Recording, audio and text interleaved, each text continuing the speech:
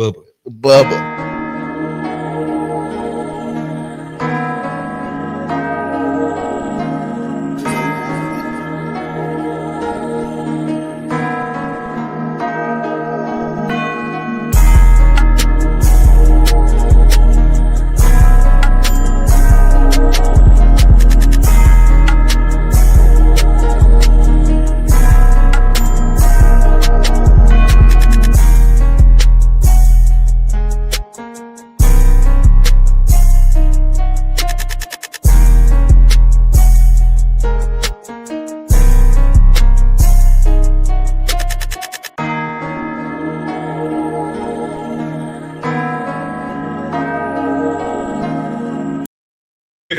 And let's be careful. All right, welcome back to the To Be Fair Show. I'm your host, Johnny P. Oh, here, real. It's Q. And we back.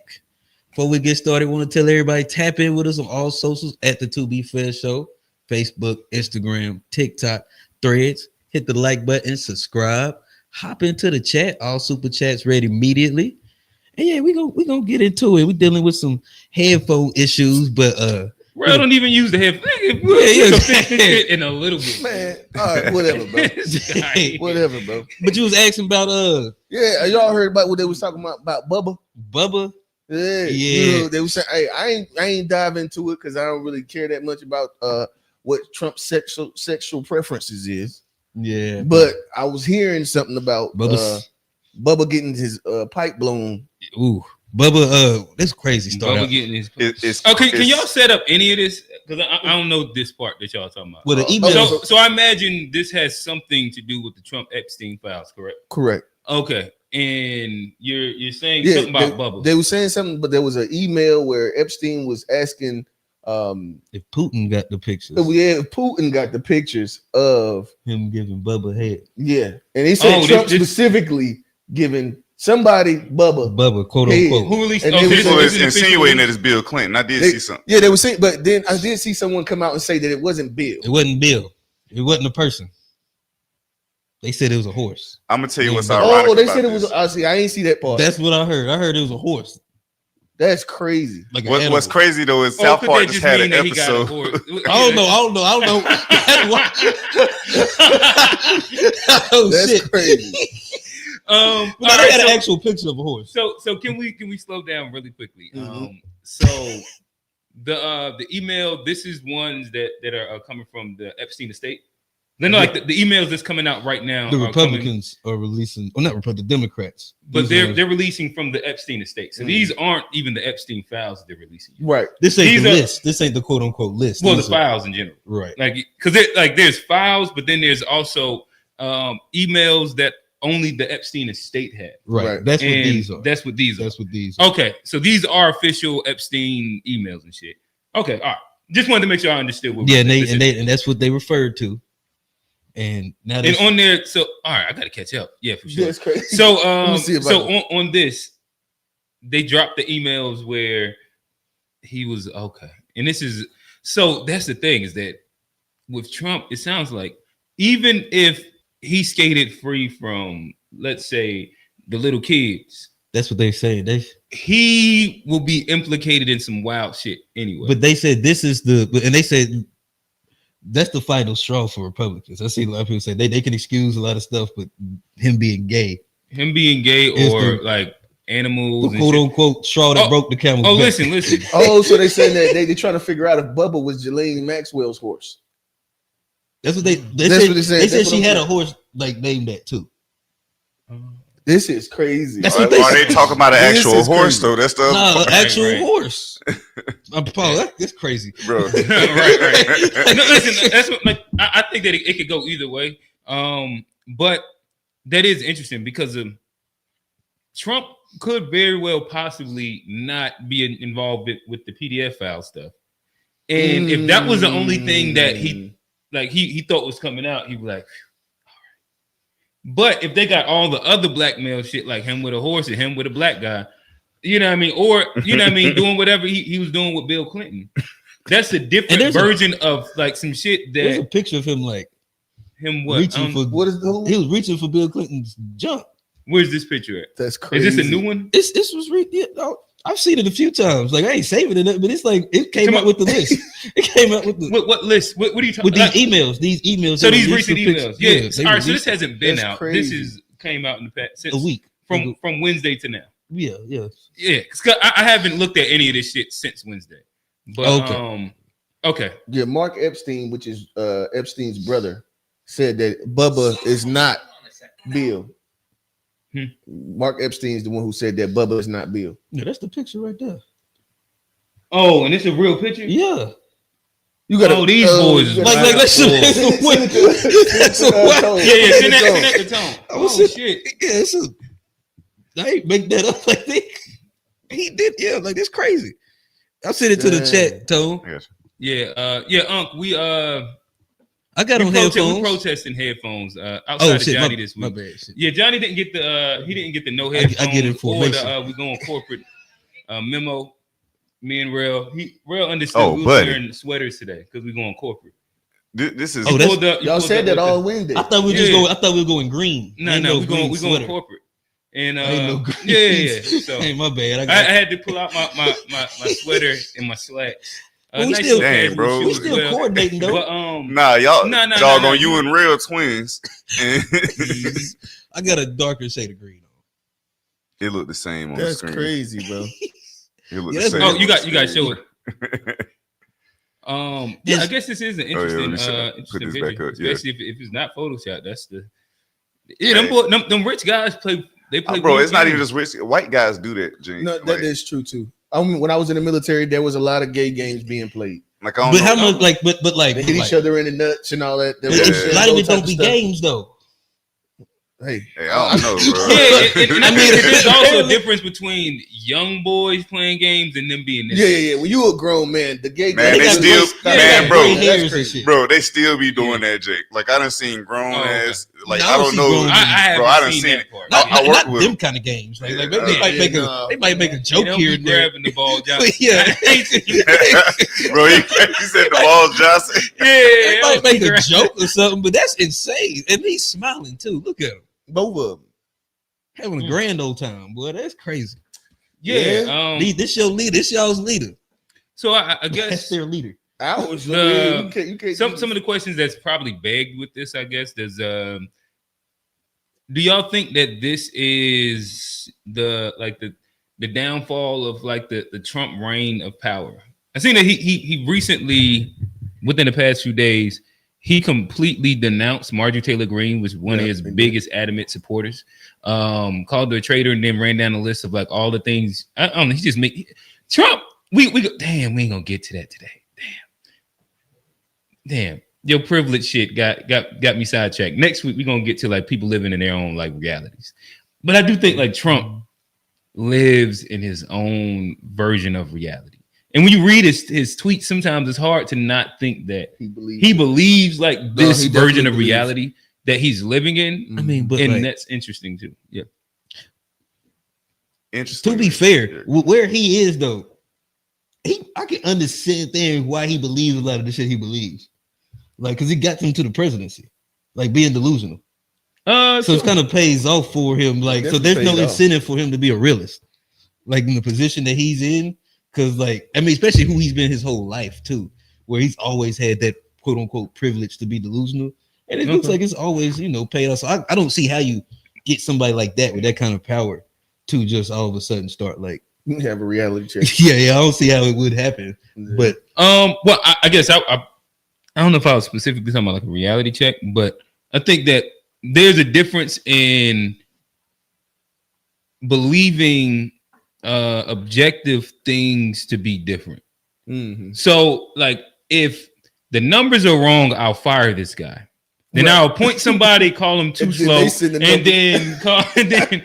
then like get the same numbers back again. Yeah, and it's like, well, fuck them numbers. I'm still doing the best. Yes, 2 + 2 is 5. She mad that I stopped 5 wars. Like, I don't know what the fuck are you talking about. All right. On another note, this is what was happening on South Park this past week. Oh no! Oh, who is that? Oh, Dave, I gotta share it again, bro. Oh, no. Is that Jake? Who's JD Vance? That's what I was like, bro, they been going in, but it just went too far this week. I was like, bro, you know something that's scary, bro, because his whole thing now is that he's going after the Dems and the Epstein files now. Trump is about to try and turn it. He's trying to find all of the Democrats that's in the Epstein files, and he's gonna put it all out. Cool. So put them out too. I think that's fine. So like, I'm actually, but my question is, do you think that almost everybody in power has this blackmail thing, this thing to be blackmailed about doing something sexually, some kind of sexual misconduct, or having done something with the family, or you know what I mean? No, I don't believe that conspiracy. Man, I think too many of them done told the story that like they don't admit a lot of them. Yeah, a lot of them done told the story that they do. So you saying you think a lot of them are like made to do this sexual thing in order to get the power? Yeah, so you think it's like a trade-off. So you said it's like a trade-off, and you're saying the people that do the thing end up getting power. When we say people in power, I don't understand what we're saying. Like at what are you defining as people in power? Where are we going, like governor? Are we going mayor? Are we going like congressman? Are we going president? We just saying like people see like what version, so then I can understand. So I would say I wouldn't put it necessarily at like, I won't say what level, like, oh, we're talking about mayors. What I'm saying is that I believe that if you follow the money comes along with the thing. So not saying that it's going to be different positions. It's not necessarily going to say starting at mayors or governors. You know what I'm saying? If you follow the people that have got these millions and millions of dollars out of politics, I would think that too, because they actually discuss who's eligible for election. Like you have to be eligible. But I'm saying that's votes, and I think they got their own way. But I think a lot of and I don't even know if I believe it, but I think it'd be more thing on like some of those appointed positions and stuff. You know, they do tell people like within, because elected it's kind of hard to do that. But I can see that. Like if you can do something and I can appoint you, I can see where that's a lot more feasible.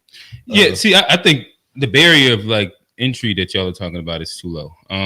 I personally would say like if you're saying maybe like some of what you're saying like the deep state positions, right, where you can reign for 40 years and like the there's certain positions. Like, I don't know the exact. Or if we're speaking about specifically like the oligarch of America, like the corporatocracy class, like I think that maybe there's a space in there, but I think a majority of the elected officials in a lot, I think that I just think that you have to go past a certain level. I think that's. How do you? Let me ask you this. What about the degeneracy that we see, and not just like the officials, but like a lot of these, like when you see these child trafficking cases and stuff, it's a lot of like the elites, and I feel like it's and I don't know if it's a higher level of degeneracy, but it seems like the things that they do and get caught up with and stuff like these Epstein files, the Harvey Weinsteins, even like the Diddy. It's like it seems like once people get to that level of success, Diddy wasn't trafficking children, but I mean he was a degenerate though. And so we heard some of the shit he was doing. Like yes, like I'm not. Yeah, I mean I'm not. I don't even want to argue about that. But like, I'll take Diddy off. But there's a lot of degeneracy when we get to some of these spaces, the Hollywood, I think that the government, and I'm saying, what's the correlation? And when you say degeneracy, you talking about like just having like different sexual fetishes, like deviancy, the Epstein, but like you going like there's a bunch of rich folk though. Yeah, no. I guess like I think that having different sexual preferences in Epstein Island are like two way different things. I think that one is completely degenerate.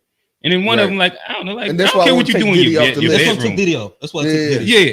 And so, video. Cool. But I think that I think we should separate that because I together. Wait, hold up. So I was just saying shit. I was just Diddy was doing stuff with male prostitutes is cool, but Trump and the other president, like no. I think they're talking about like the Epstein Island child sexual thing from and then like illegal stuff. Like and then like moving that in with let's say coercion of blackmail. But yeah, I do beliave blackmail. In comparison, like if Diddy want to see his girl get popped by a male prostitute, that's whatever they sexual shit is. I don't know. Like they ain't got shit to do with me. I do believe blackmail and espionage is a big component of any of those worlds. Like they depict it too much to us for it to not be. Like it just and it even makes sense. Like and then we done heard the stories even in real life too much where people done told stories where they was given some drug and then somebody came look what you did last night on video, and they're showing this. If you don't do you guys this, think like, there's a correlation to like the money and like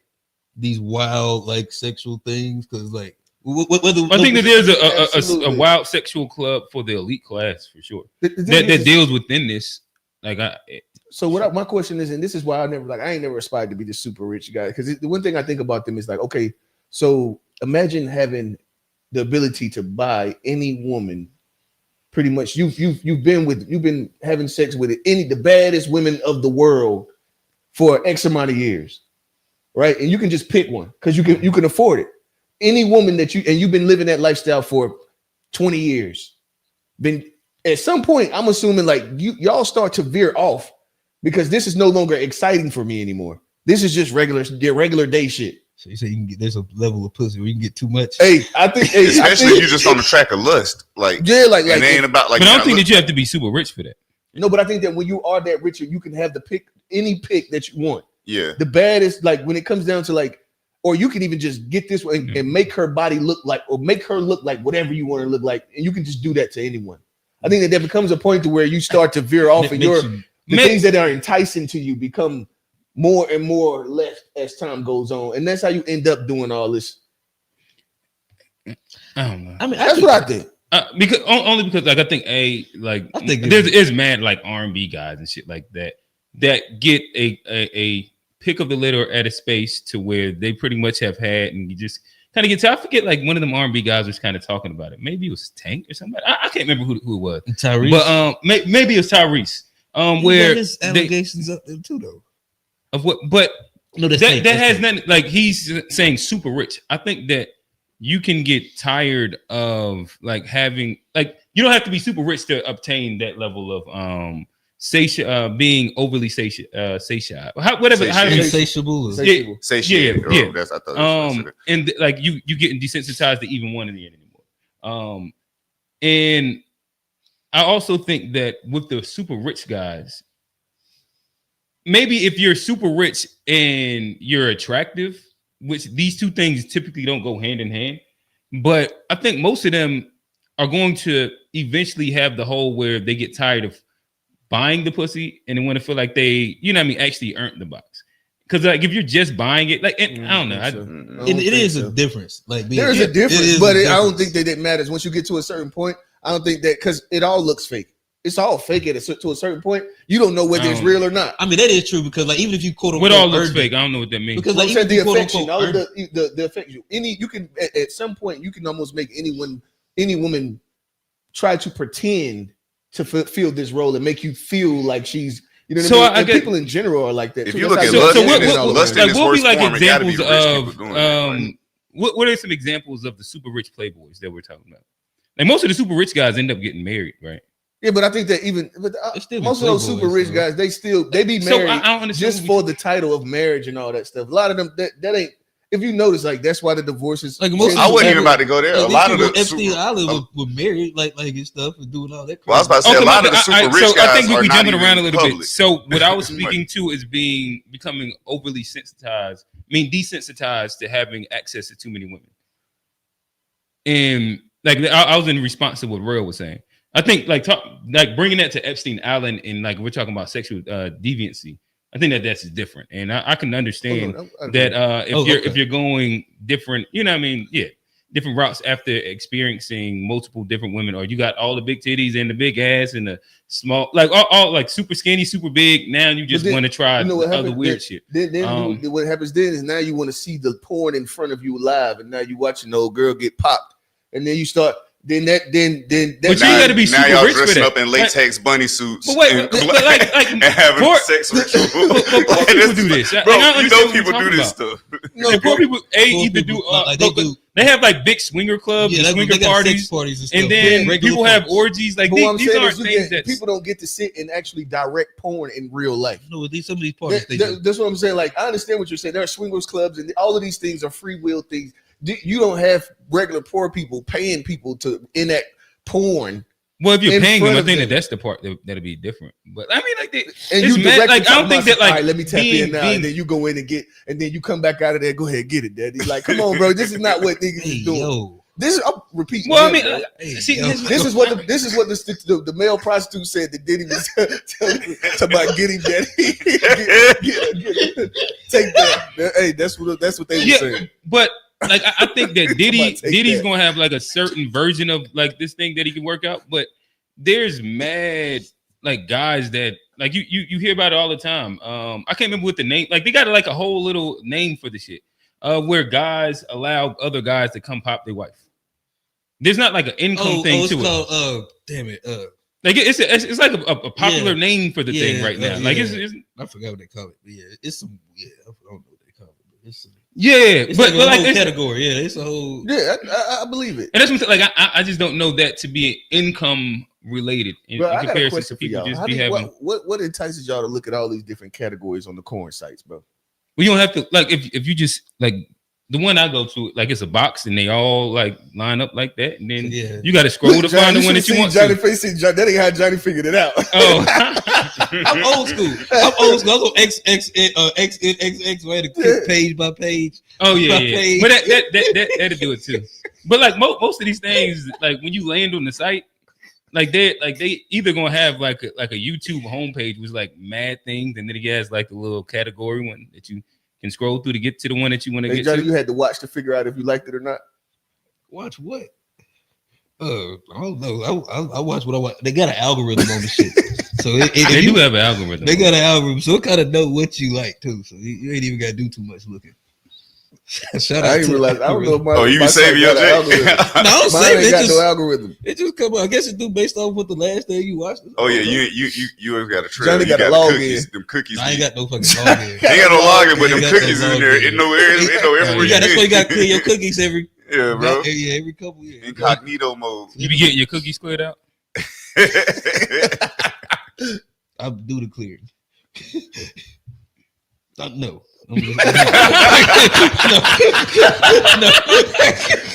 Like what? I ain't got no slick ass. I tried to come up with something. No.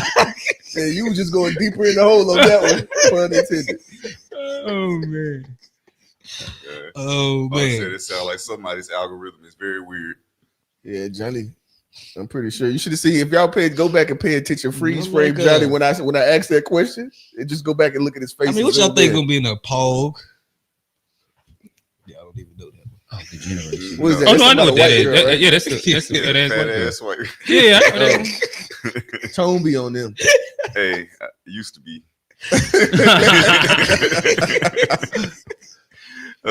Johnny say his cookies stay in the jar.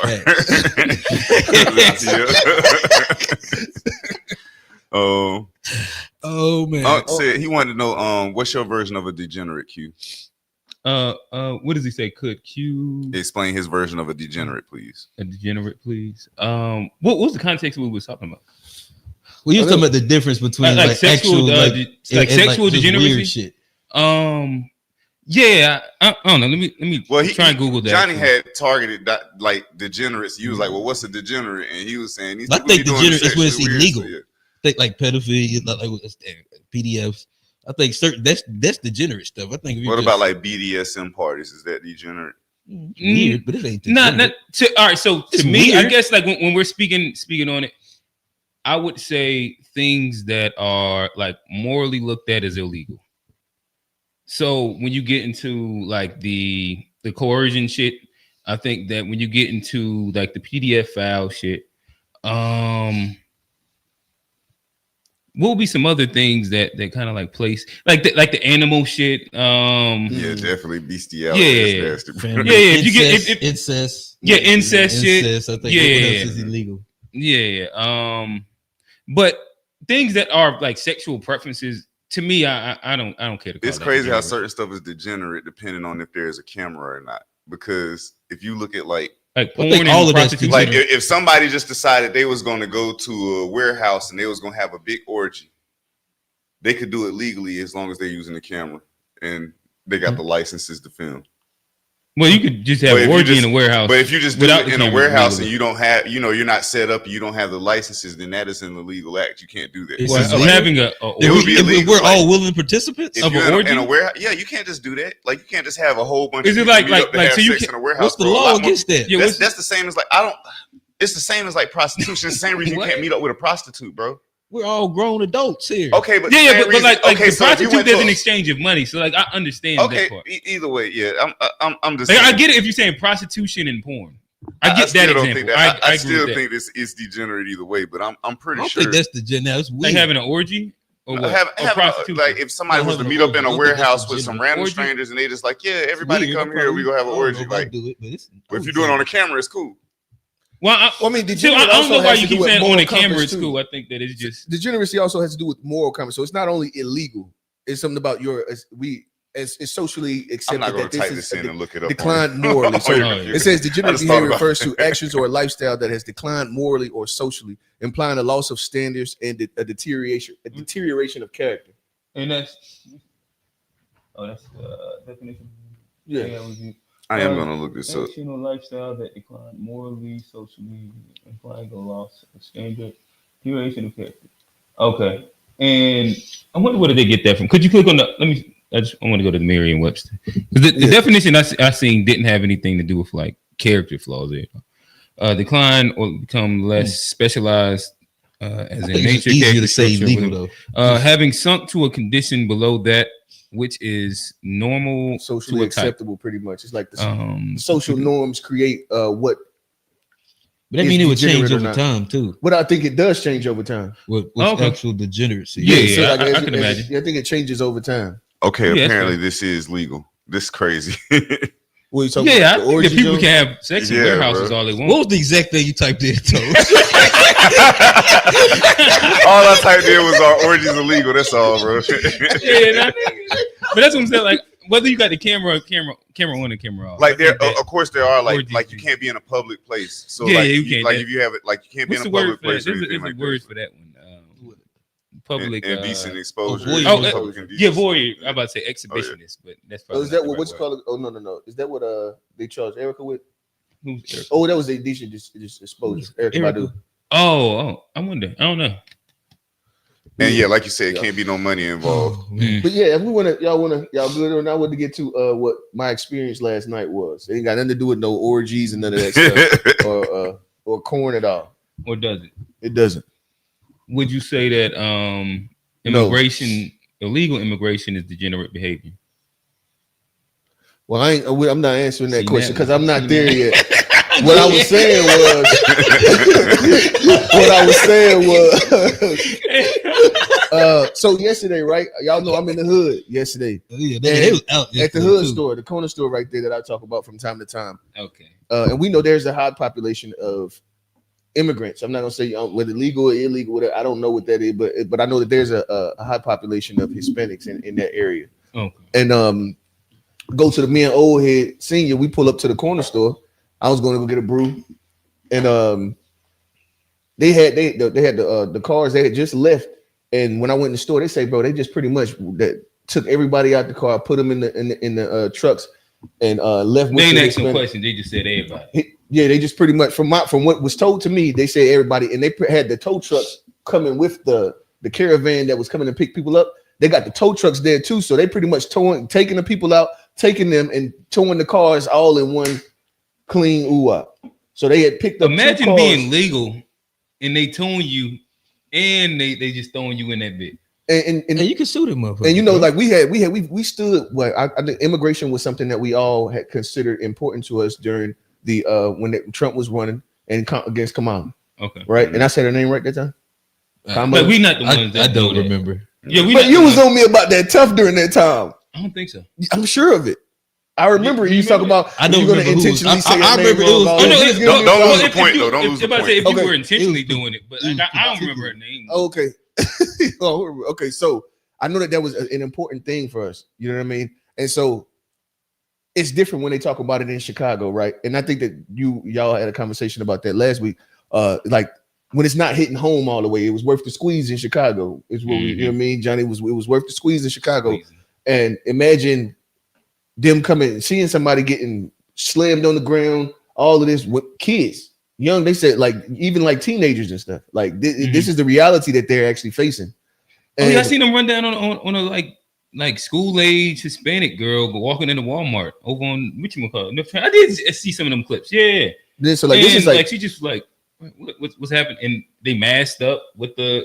Okay, go ahead, keep going. And so I think that I don't know. I don't know for sure if my tone has actually changed, but I do have empathy for the thing.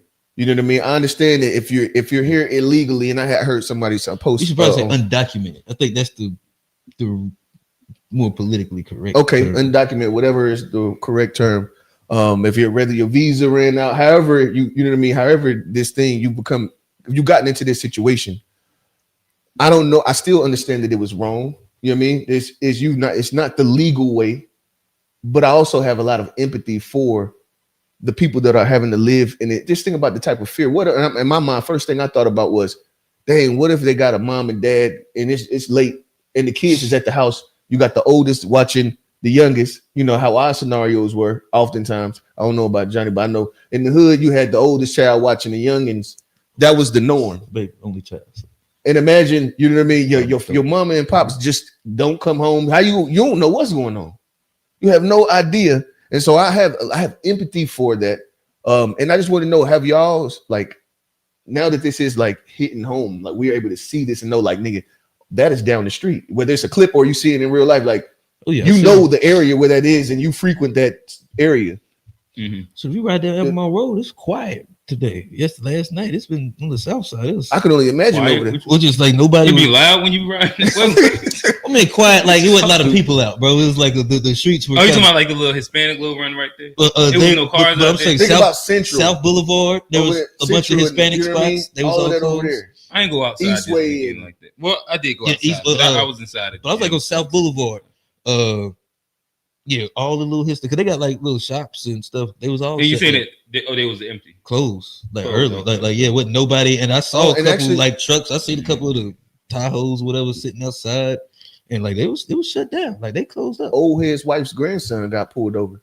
He's black, but he a little shorter, that light skin. You know what I mean? He could fit the description. He got pulled over The and curly hair shit. yeah, all of that. Like shit. You know they're not only going for them Hispanics. His You look hair is like you straight. can be Ghanaian. Hey, bro, like pull me over, bro. Promise, bro. I'm full. They not citizen. You got your tag. They're not going. My They, tag straight. I got lawyer. Man, pull me over. Pull me over and throw me in that motherfucker. So you gonna catch a check? We your license straight. straight now? We straight.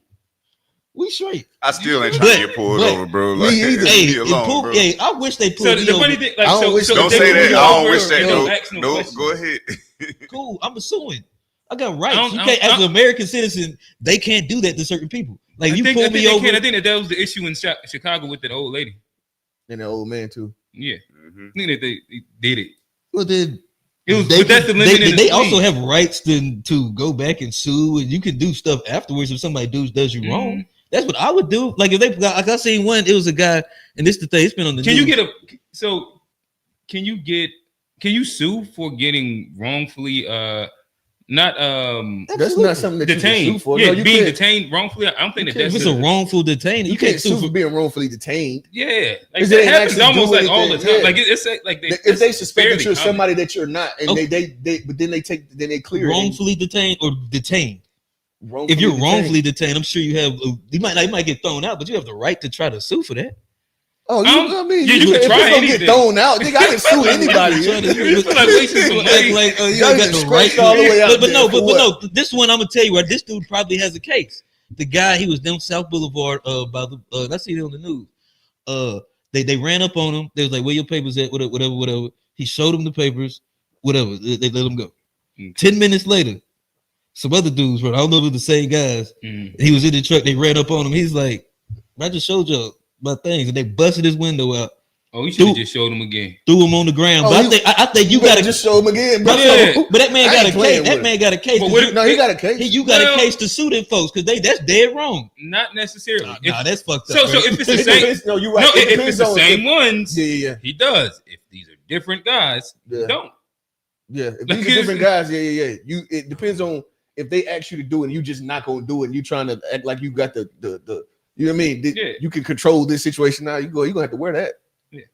I think he might have a case though. Because If it's the same guys, I yes. think he was Okay, in the so- same. I think he different was in guys, the- no. So he the was in the question- same. He was in the same like parking lot. So let's That don't mean that. Them niggas is like they turned the fuck up out here. They was And insane. I you think can see videos of like the people like running over medians, trying to get away from them. Mm-hmm. Like this is also a thing. Like they're running, and you know what I mean? Because they got a lot at stake. Mm-hmm. and here's another thing too that got to be mentioned, because there's a lot of them running around in masks.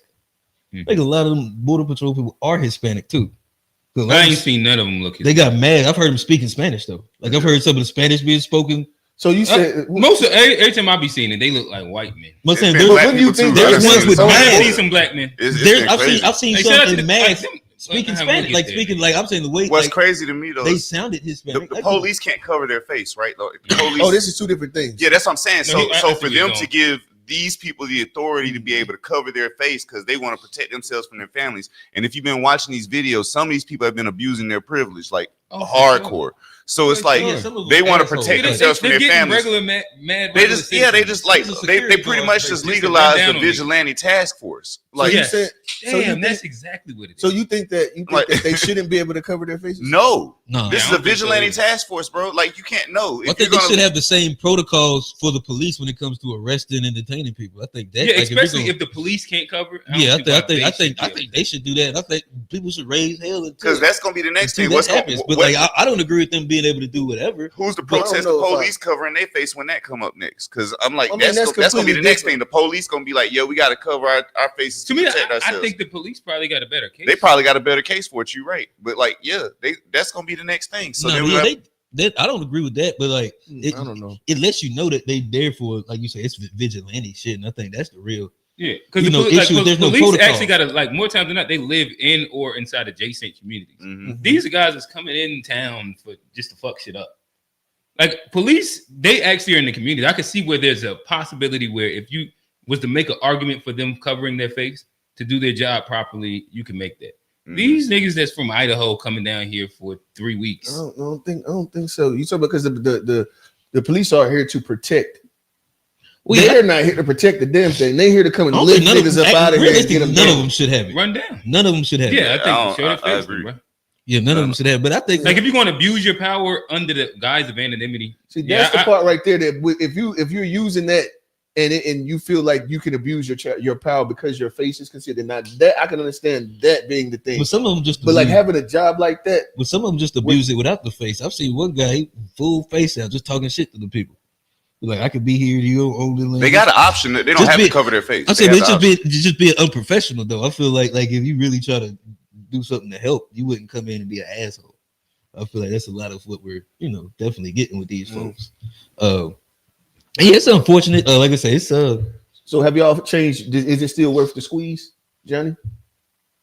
I mean, it's not my battle. I didn't ask about whose better it It's was. not- I said, is it it's- worth the squeeze? It's not. I mean, I think if they Just say yeah, bro. yeah, You I still feel the same way. ain't.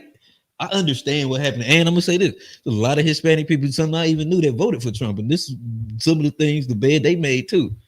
And so, like, I can't necessarily. did most Hispanics? I ain't gonna say vote for most, Trump? but there's a lot. I think Hispanic men voted more for Trump than not. I think Hispanic So the women was a little- majority of Hispanic men, men. voted for Trump.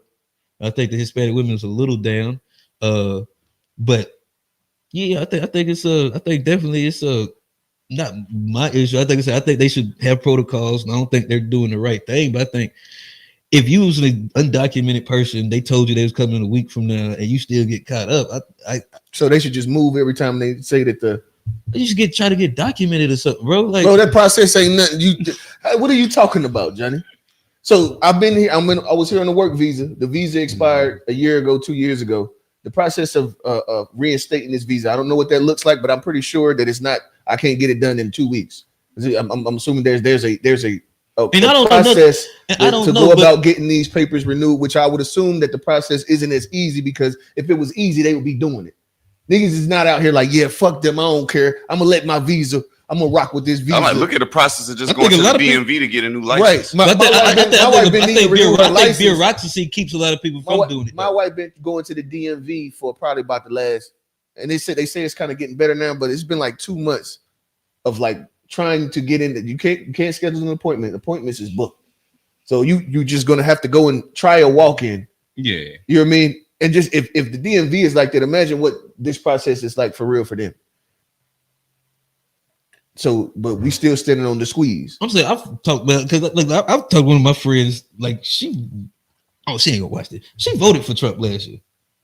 I remember arguing with her about Right. like taking this up, and then now My thing is, I ain't here for the how you. It's your fault too. I'm so not you saying, wear it. but I I ain't trolling. But I'm saying that there's a lot of Hispanic people that like didn't necessarily. But there was a lot of black people person. that there was a lot of black people that were co-signing the 3 strike and the tough on war on drugs and all this stuff, and then now we on the back end crying about mass incarceration and all of the different things that affect our community negatively. So I ain't here to say, oh yeah, you voted for it. Here's another one too, and like this ain't, but a lot of the reason I think those people didn't vote for Kamala, because a lot of reason those people didn't vote for Kamala is there's a huge, I ain't gonna say huge, but there's a definite anti-black sentiment in Hispanic communities, and so I think a lot of that helped put them in that position.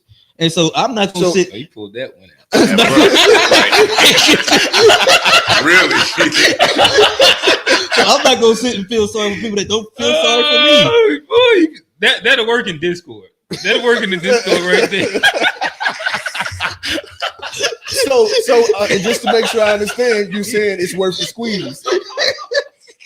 I said that, yeah. Okay. Like I said, but they like okay. Like, So look, they be saying words like "mayate" and all kinds of stuff, and like a lot of these same folks, and so like I get it. I don't think they should be like the citizens. They should get treated right. Those people should have standards. But as far as like, I'm not. If they don't, it's still worth it.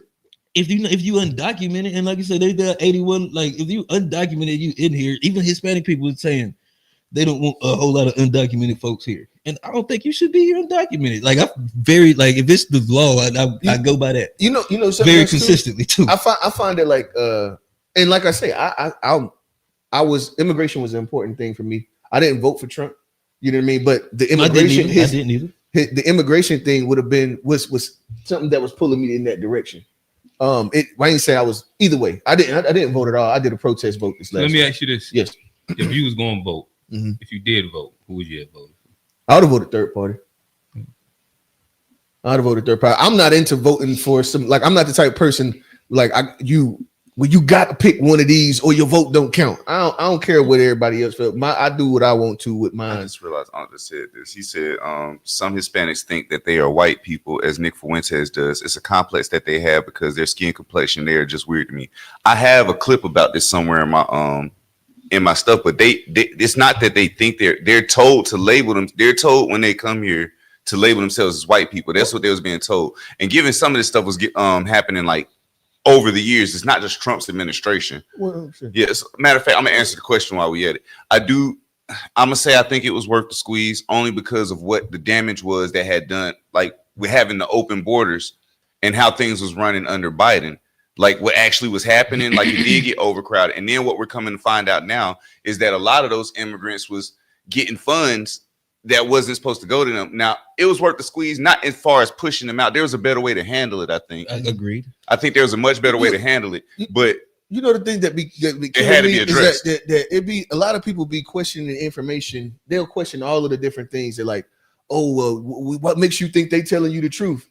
But then if it's something that aligns with something that they want to believe, then they believe with the same people that you don't believe, then you start to believe them when whatever they're saying aligns with what your position is. Okay. Does that make sense? Yeah. And people do that oftentimes. Yeah, information bias. Information bias, like we do that all the time. It's like if you want to believe niggas them be now, against the white man's stats, and then when in line with them, they be run like, straight you with see his what? stats. Yeah, I know. They'd be like, bro, come on, which one do you can't do both? Okay. But So the thing is, at the end of the day, I'm not gonna sit here and say that I don't know for sure how much money they was getting or what kind of money. Like I don't know that. I don't know if that's real or not. And so, like, you know what I mean? It's different when like you can report news and say, oh, they're doing this over here. And that's why I said, hold on real quick. Okay. This is why I said it's different when this does it feel different now that it's hitting home? Because now you can see with your own eyes what this actually looks like. It's versus them saying, because who knows it? They could be, you could have been seeing AI videos of what was supposedly happening, or somebody could just be lying. But when you can see it with your own eyes, and then now it makes you like, oh, damn, I can picture these kids crying now. You know what I mean? I could picture this thing. Yeah, and I guess so. And I understand exactly what you're saying. And going to the point about, I guess them getting resources. So I think there's a distinction that we have to make sure that we make when we're having these conversations between people that are under the umbrella of asylum and asylum seekers, and then undocumented. Hold on. So people that are under the umbrella of asylum, there's if you're inside a right to shelter Right to state, shelter. and these are typically what do they call them? The sanctuary cities and shit like that. This is where they're getting a version of resources. If you're just undocumented immigrant that just made it over here, you're not able to get anything. I think the only thing that you are is if you're able to go to them, like if you go to the emergency room and they have to treat you, then they'll bill the government. But from my understanding, that's like 0.5% of like the total population of the or like the funds that get used inside. Like okay. So I just want to clarify. Y'all don't remember the black people that was coming on the internet just like the past couple of years it's been going on. Like these people was coming on the internet saying that they was bringing in buses into Chicago and bringing in buses into New York and giving in the migrants. So they was bringing in a whole bunch of migrants from different places. And then they was giving them funds. They was giving them exorbitant amounts of funds, not just like regular funds. They giving them houses and exorbitant amount of funds while you have homeless people, black people who were sitting right there. This is something I'm getting from the white folk. This is something I actually seen black people saying in real time. But everybody forgets what happens in real time because it'd be like we concerned with whatever is the thing now. But this was happening. They were saying this stuff. All right, but that's why I was saying we have to distinguish between like illegal immigrants and asylum seekers. So what you're speaking about, like the buses being sent to Chicago, comes from what's the Hot Wheels? What's the name? Texas governor Abbott. Yeah, Abbott. Yeah, he so Abbott. But those were asylum seekers. These are the people that they made it across the border. They got caught and they claimed asylum. So during but they were letting them for a little while do that, claim asylum. Well, that was the whole little the nuance with the Biden shit. So if and a lot of times they would like nonetheless, these are asylum seekers, right? And what Abbott was doing is he was sending he was pretty much was busing them to Chicago, New York, DC. Like he was just sending them to all the sanctuary cities because of if they land there, the state can't really take them out. And so he was doing it as a FU to like Biden, the Democrats, and the whatchamacallit. And so if the thing is that like the catch-22 of how the laws are written is where they ended up being caught up inside, like having to shelter people that are currently seeking asylum. And like it drains from like the resources and all that shit. But the reality, like if you take like Chicago, it's hard not to also look at Greg Abbott for sending the buses intentionally to destroy the inner cities of Chicago due to the law that he understood that they couldn't do anything about. He took advantage of the law. Yeah. What I'm saying though is that wasn't the only place. I wasn't just talking about one place. This happened in multiple cities because this happened in New York also. That's what like New York is another. I think he was the one that was sending the most of them. I don't know any other governor. Most of them. It got to a point where New York was stopping any bus that looked like because they were sending like the holiday what's some shit's called charters. Yeah, like the charter, like the charter buses. Yeah. And they were stopping them before. They were stopping them in New Jersey. I think New Jersey's not a right to shelter, and they was turning them back. But if the bus makes it to New York, they just can't do shit but do the thing. So, like I said, DC is another one. I forget. Charlotte might be a sanctuary city. But I don't think they sent people here. I don't think that they was really, but they was doing like it was a lot of the like. What is it? Seattle. It was like I know Chicago, New York. Those are the only two I know. I ain't. DC was definitely one too.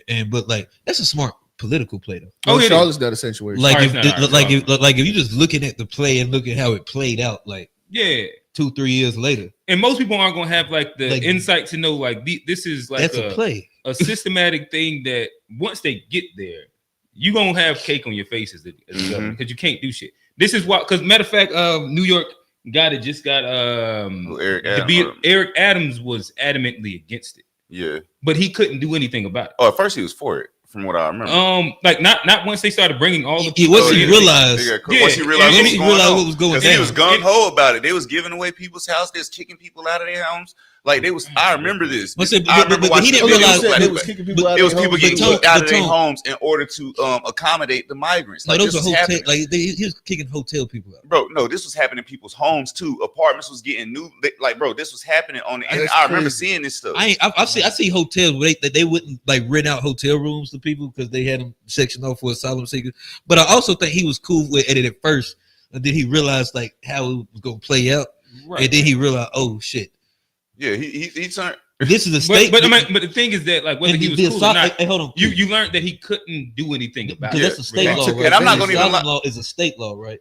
Or is it a city law? I think that's state. So he can, as a mayor, he can't. I think do nothing about sanctuary it. city is its own thing, but like the state law and the right to shelter. So once they get there, he can't really do shit. That's why, Yeah. like he realized that he was in a bad position. Yeah, I can't even lie though. I have a push pull with this whole thing because I have my beliefs, and this might go into your conversation after a while too. But I have my beliefs, and then there's the other side where how do you protect? Like, how much do you add protection for the actual citizens of this country, or how do you? What is it? What is the benefit of being a citizen of this country, or what is it? What is it supposed to look like at this point if everybody can come over and get the same exact rights, or is that how it's supposed to work? Yeah, well, Like, to me, I have to that, question that. I think a good critique of that system and kind of what Trump has like been able to do to alleviate it is I think that if you caught them, just send them back. I forget what the law of that is. Like they call it some catch.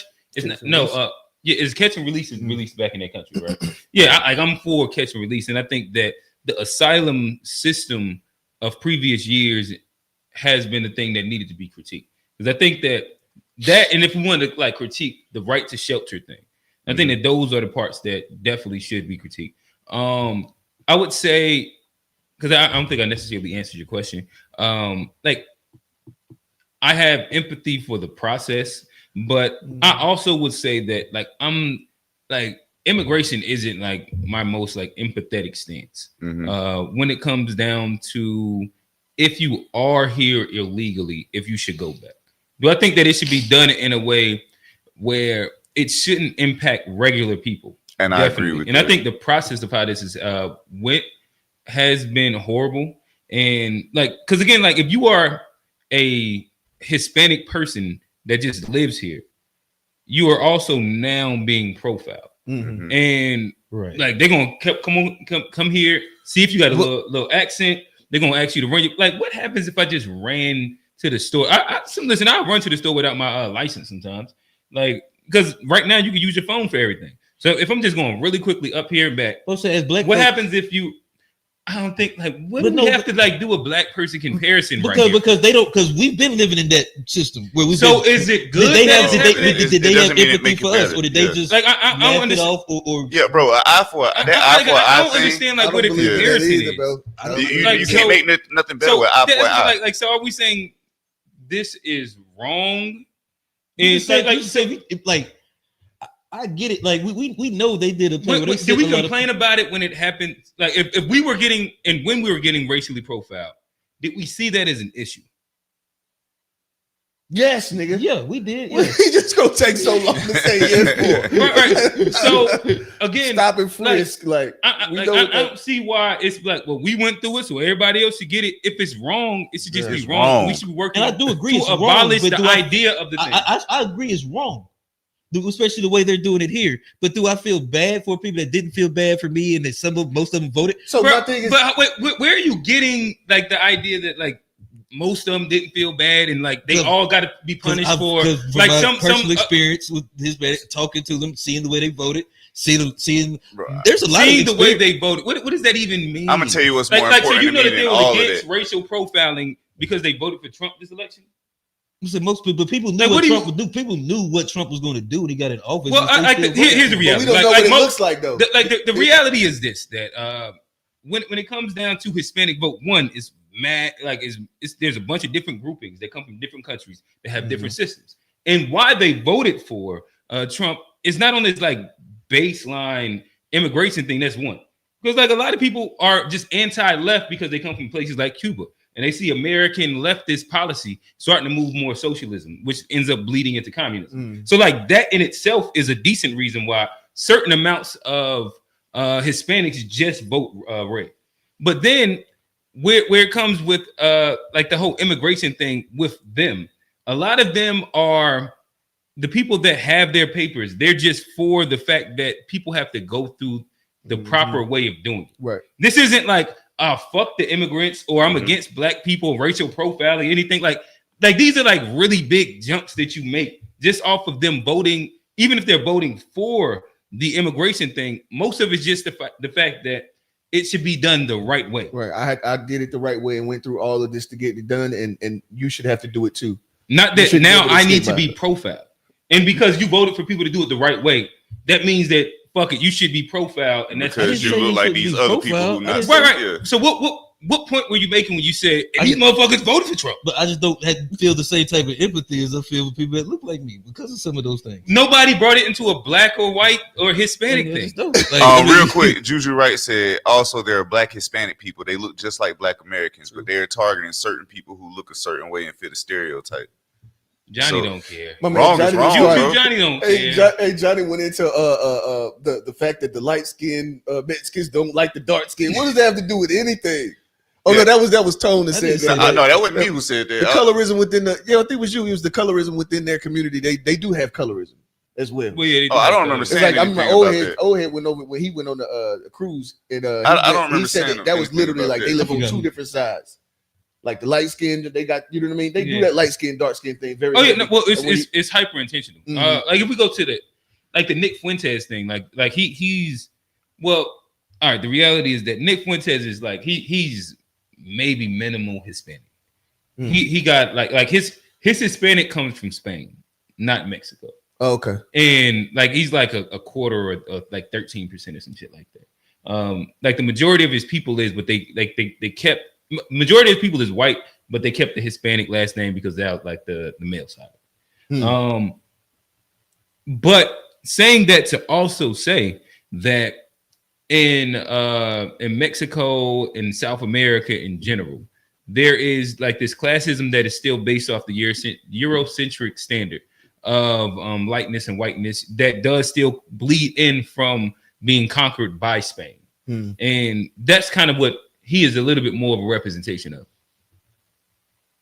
Let's see. Oh yeah, I'm gonna let him do it, and then I guess I already answered my question. Melissa Broderick said, "No, they were not lied to. How is it that millions of people saw this kind guy for who he is 10 years ago? Nope, you do not get a pass. You voted for Trump, whether out of racism or levels of racism." I don't think that everybody voted for Trump out of racism. I can't. I don't know that. I didn't vote for Trump, but I don't think that like. So she said that they knew him as a con guy and they voted for him for with a knowing of what they say, like racism, out of racism or levels of racism. Yeah, I think it's real easy to put people in a box and say, yeah, this is their thought process or this is how these people think, and that's all. Like even with the light skin, dark skin thing, like I like one of the lessons I really done learned over the past few years is more important than anything is who actually is showing you or actual people that you know. Like you can't make no generalization about nobody.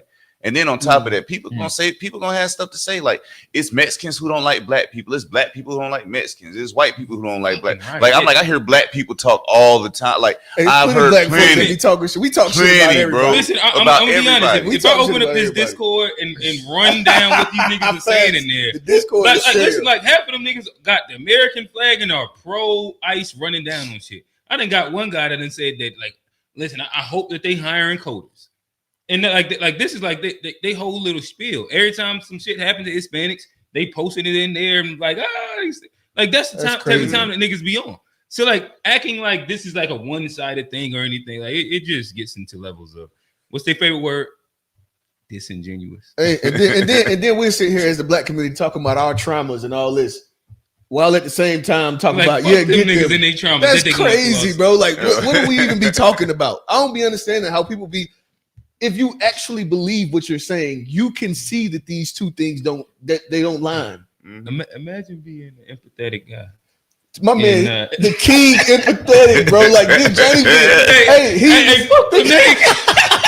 Hey, look, hey, watch. My nigga Johnny actually said that he was Mr. Empathetic. Like, how do you say that? And then we haven't seen it.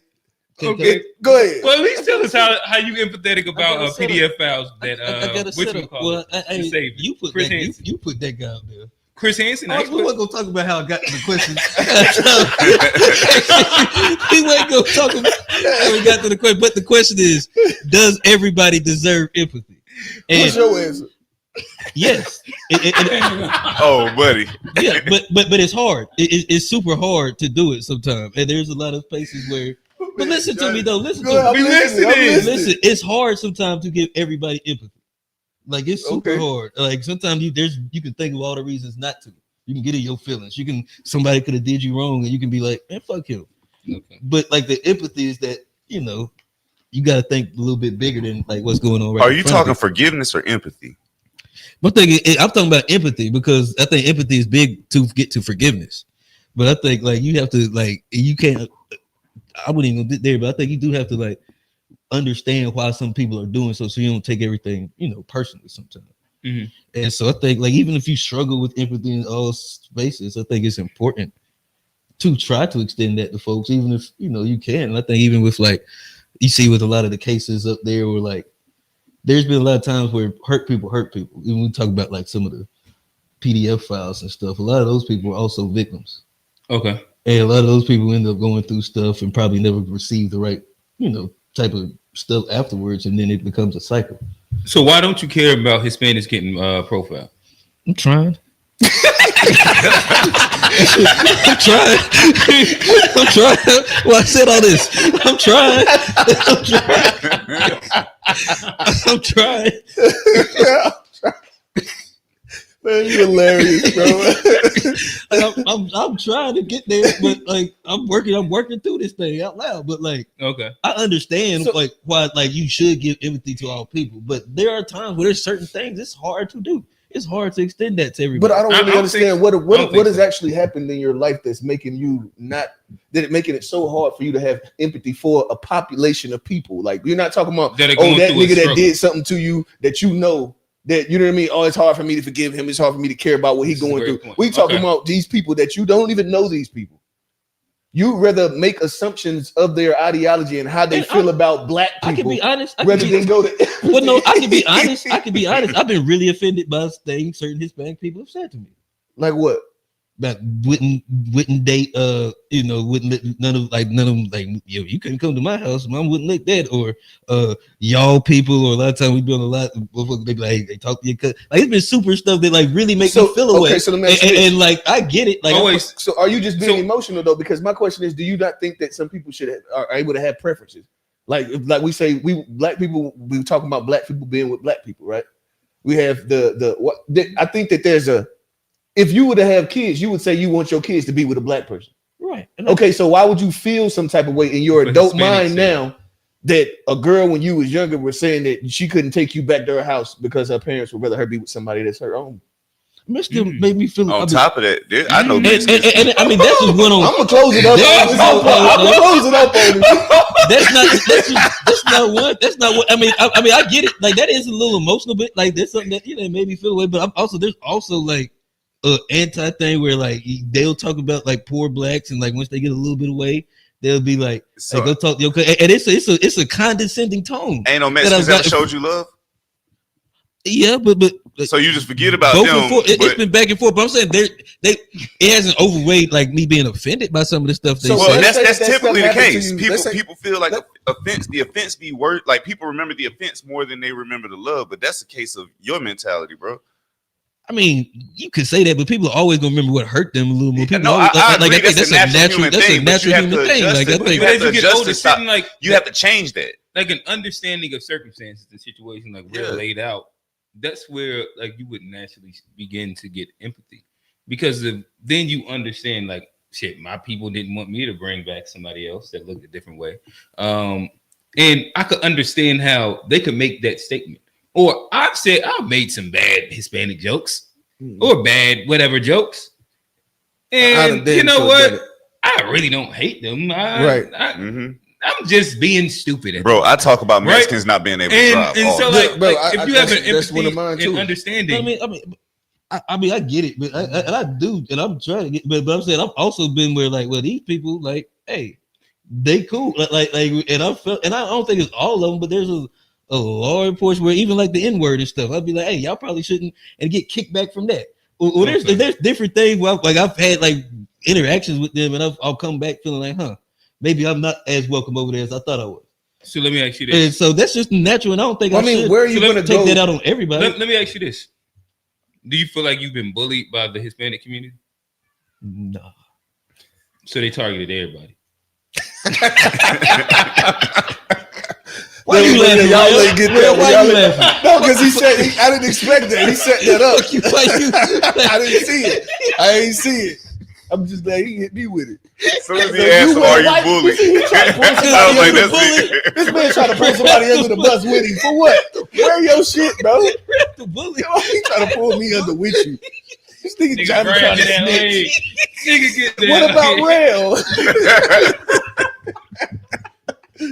You wear your shit. But no, and I feel like, I mean, I know I'm probably should have the empathy, and I do in a certain way, but there's also a little part of me that is like it's a block to be that true like empathy. Well, like, and I understand where it comes from. So you really don't actually exercise empathy. You want to.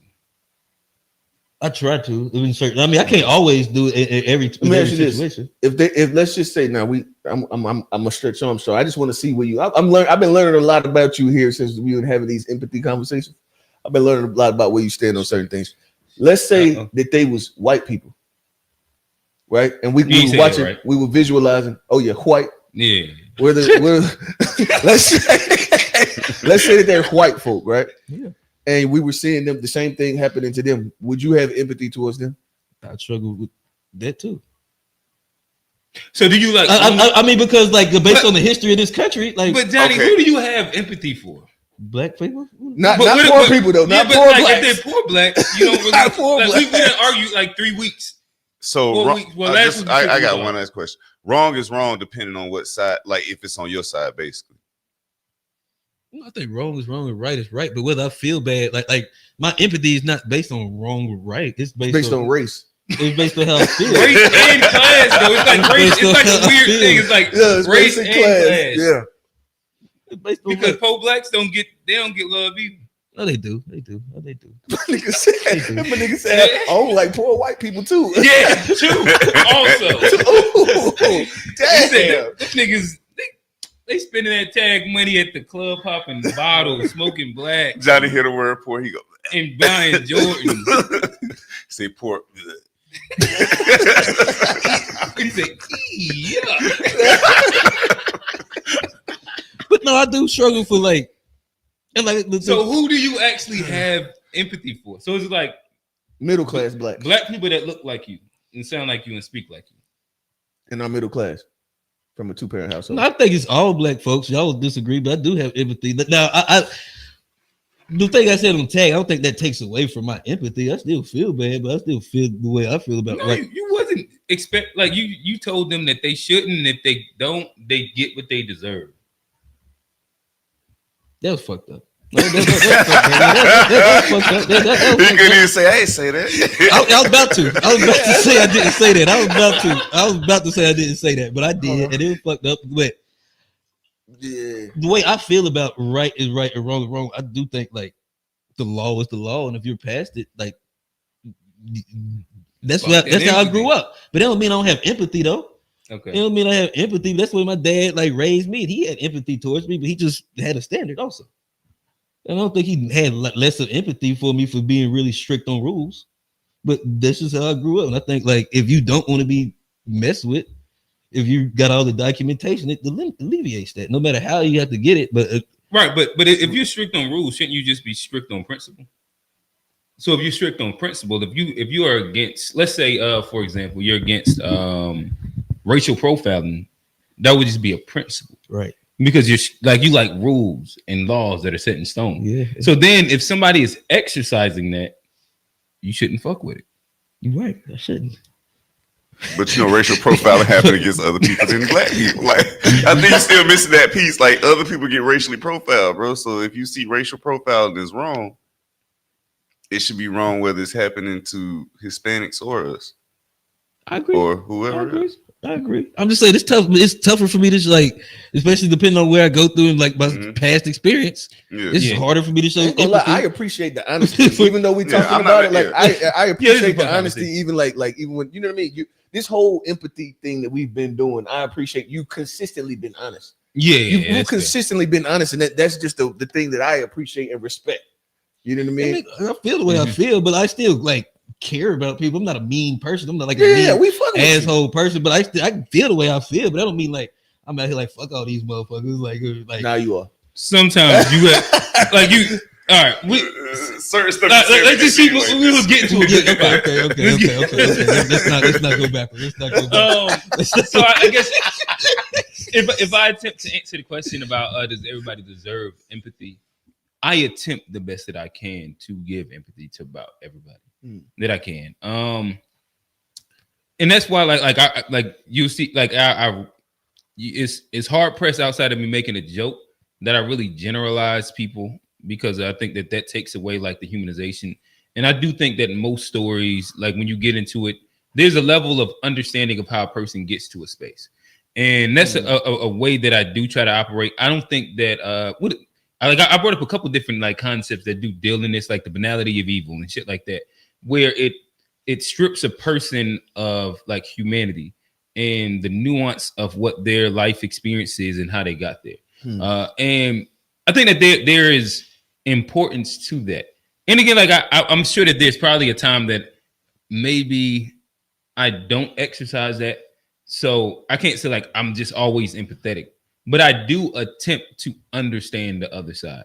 Like that's definitely something that I really, really try and do, because of like, in my opinion, if you look at people as like innately evil or innately good, it takes away what's actually happening. And I think that there's so much nuance inside like majority of these conversations, to where you have, I just don't, for example, like so many people put Trump voters in a bucket. You talk to Trump voters, there's like this big array of people and why and what they think and shit like that. You speak to people that are like whatever version of it that you want to put over on the left, and you have conversations with them. And there's a decent little array of different people. Even like just a spectrum of like what is left, and whether that's socialist, communist, like Democrat, you're like a conservative Democrat. Oh, I forget what the proper term for that is. Like there's so much of an array. Same thing. If I go to the Charlie Kirk thing, there's a level of empathy that I do have for him. 100%. Where I think that I've seen and understand how people can get radicalized. And for him, like the tenets of what he attempted to stand on was like some Christian, and I think this begs a little bit of like your thing. Like it was a Christian nationalist perspective that's like Bible first and this whole little thing. And he also got caught up in appealing to the algorithm, appealing to a bunch of different things. And it's not like I can't look at the inverse of that with people that I have had contact with and be like, like I see this just with a different race. And, I don't innately just hate this person. I think that this person, like, you got to deal with this person with nuance. But I think that they've gotten some bad information. And, again, like if I go, who else was somebody that was up on that graphic? Like Candace Owens. When you first run across Candace Owens, a lot of people they like fuck her. Yeah. The more you listen and hear her story, hear her situation, you be like, oh, like there's so much nuance to this. Same different, like I don't want to like hyper humanize the guy Nick Fuentes, but if you hear his story of when he was like 16, 17, 18, and then I guess the shit is coming out about how this happened, like with Ben Shapiro, and I forget what they did something to him, right? They blackballed. Okay. As an 18-year-old kid that just asked, why does America give so much funding to Israel? They blackballed him over there. Okay. They blackballed him. And from there, he had a negative, like it grew his negative opinion for sure. So it's like that whole little thing. That makes like I don't know where his black people shit came from, so I ain't even gonna like try and tie into that. But they, like you could see how when you hear people's story, there's a tie-in, and whether it's right is different. I don't think that these are That's things that are right.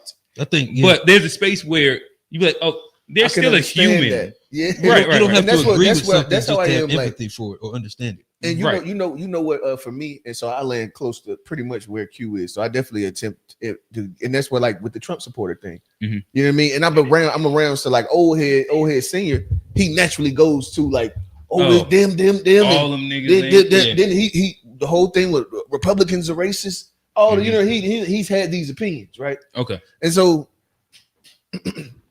me myself, like I've never had real emotional attachment to politics. So when I don't even, it's not an emotional thing. It's just okay. So this makes sense. That don't make sense. Or I agree here, don't agree there. Right. I don't have an emotional politic because you know what I mean. That doesn't like move me. It doesn't move me in that way. And so I don't have an emotional attachment to it. It's more of just like good ideas or bad ideas. Right. And so I also found that I was raised, my family's Democrat. I made this statement many times. We pretty much, a lot of us are just doing what we've seen done over and over again. I got to a place where I started questioning what I actually believe. And what I found was that I'm actually conservative. I'm a conservative person. Like I think that, and I accept that. And to say like, yes, I'm traditional. You know what I mean? I conservative in the fact that I hold on to traditions, right? And so I had to admit that for myself. And then so if I know just me and what that looked like, me having to unlearn and then or actually figure out what I believe, differentiate that from how I was raised, and then continue to find myself. And it's like, okay, so if I had to go through all of this, how can I not, you know what I mean? And it took me into 32, 33, 34, you know what I mean? Right. On the back end, like so. And then I think that like it's important distinctions that come even with being conservative. Like there's people that like you can be culturally conservative, but maybe you're politically different, or maybe you're like like when it comes to economic systems, you're different. Right. And like these are its own different nuances as well. Where like there's a bunch of divisions of being conservative right. or liberal. Like you 100%. can be for socialism, but not fuck with LGBT. Right. And like these are the nuances. Like, the nuances of it. Yeah. Where, So like I'm conservative. I've never voted for a Republican. I've never voted for a Republican, but I'm open to it. You know what I mean? Because it's about idea. I don't have an emotional connection to them. More the thing that I care more about is where I'm conservative is going to be like culturally. I care more about, you know what I mean? I care more about marriage and you know what I mean? You know, that whole the but you're not idea. anti entitlement programs and shit like no, that. No. I won't go. I don't think that we should just throw money at the thing. I think that it should over time do our best to like kind of limit it. But I do believe that there will always be people that deserve these programs. 100%. They shouldn't go away. We should just, you know what I mean? We just critique what we have and make things better. You know, make more sense rather than just throwing. You know what I mean? So, but I do. And then another thing, like the Trump thing, and then there was another one that growing up too. And see, this is bad. People, we just have to humanize each other a lot more than we do.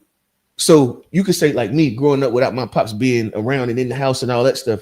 You look at the experience in your mind, the experience of a person that has that in your mind, you've like gave it so much more than the lived experience actually. You romanticize it. You romanticize it. So like the idea we see movies where like the rich white dude and he has the good job and he lives at home, but he's always traveling. He can't really spend time with the kids. He's always gone. And so you know, I was listening to a guy talk about it. And I like listening to like the men talk about like vulnerability. You know, that's the type of podcast that we do over there, and I like watching them. And he was talking about the fact his dad lived with him, and he didn't know what it felt like.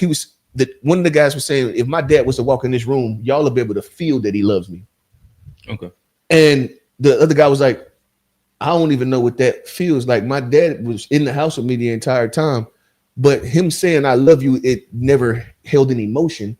It was just something that he said. It was never like an actual emotional connection to the word. It didn't feel a way. It was just something that they said. He felt like it was just ritualistically you leaving, so you saying this thing just to leave. And we sit and we'll romanticize the idea of the thing, and then now you look back, it's like it's so nuanced, bro. Our lives are so nuanced, and we'll we have to give each other grace and stop putting each other in these boxes. And I think that we have to stop wanting to be in boxes as well. Mhm. We want to be in these boxes, and then we'll talk about the other box that person in. But you in a box, you've tried to place yourself in a different one, so now you see them as opposition. You justify your box. Yeah, you justify your box. But I like, man, the more we try to like do away with the boxes, I think that we'll be healthy and we'll find more empathy.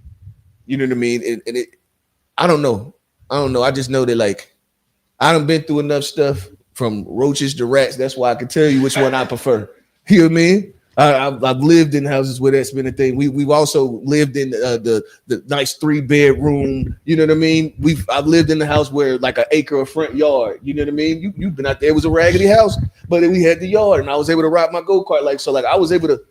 There was niggas in the hood that never like. I would have never thought I'd have a go-kart. So like my life has been. You know what I mean? I've experienced a lot of lows and a lot of highs to where it's like I can humanize someone else's situation, whether it be middle class or maybe you being raised middle class. I don't feel no type. It's not a thing for me.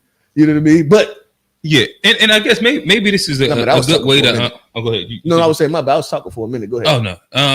I guess this is probably we can kill. I think we on like birds 5 right now because we don't we don't have to.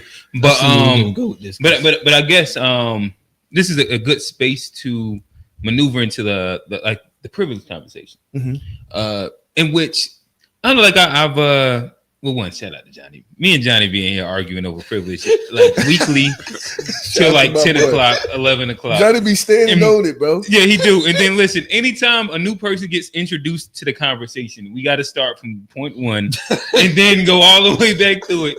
And it's like a weekly thing. Like we can almost segment it out now. But saying that to say, like I think that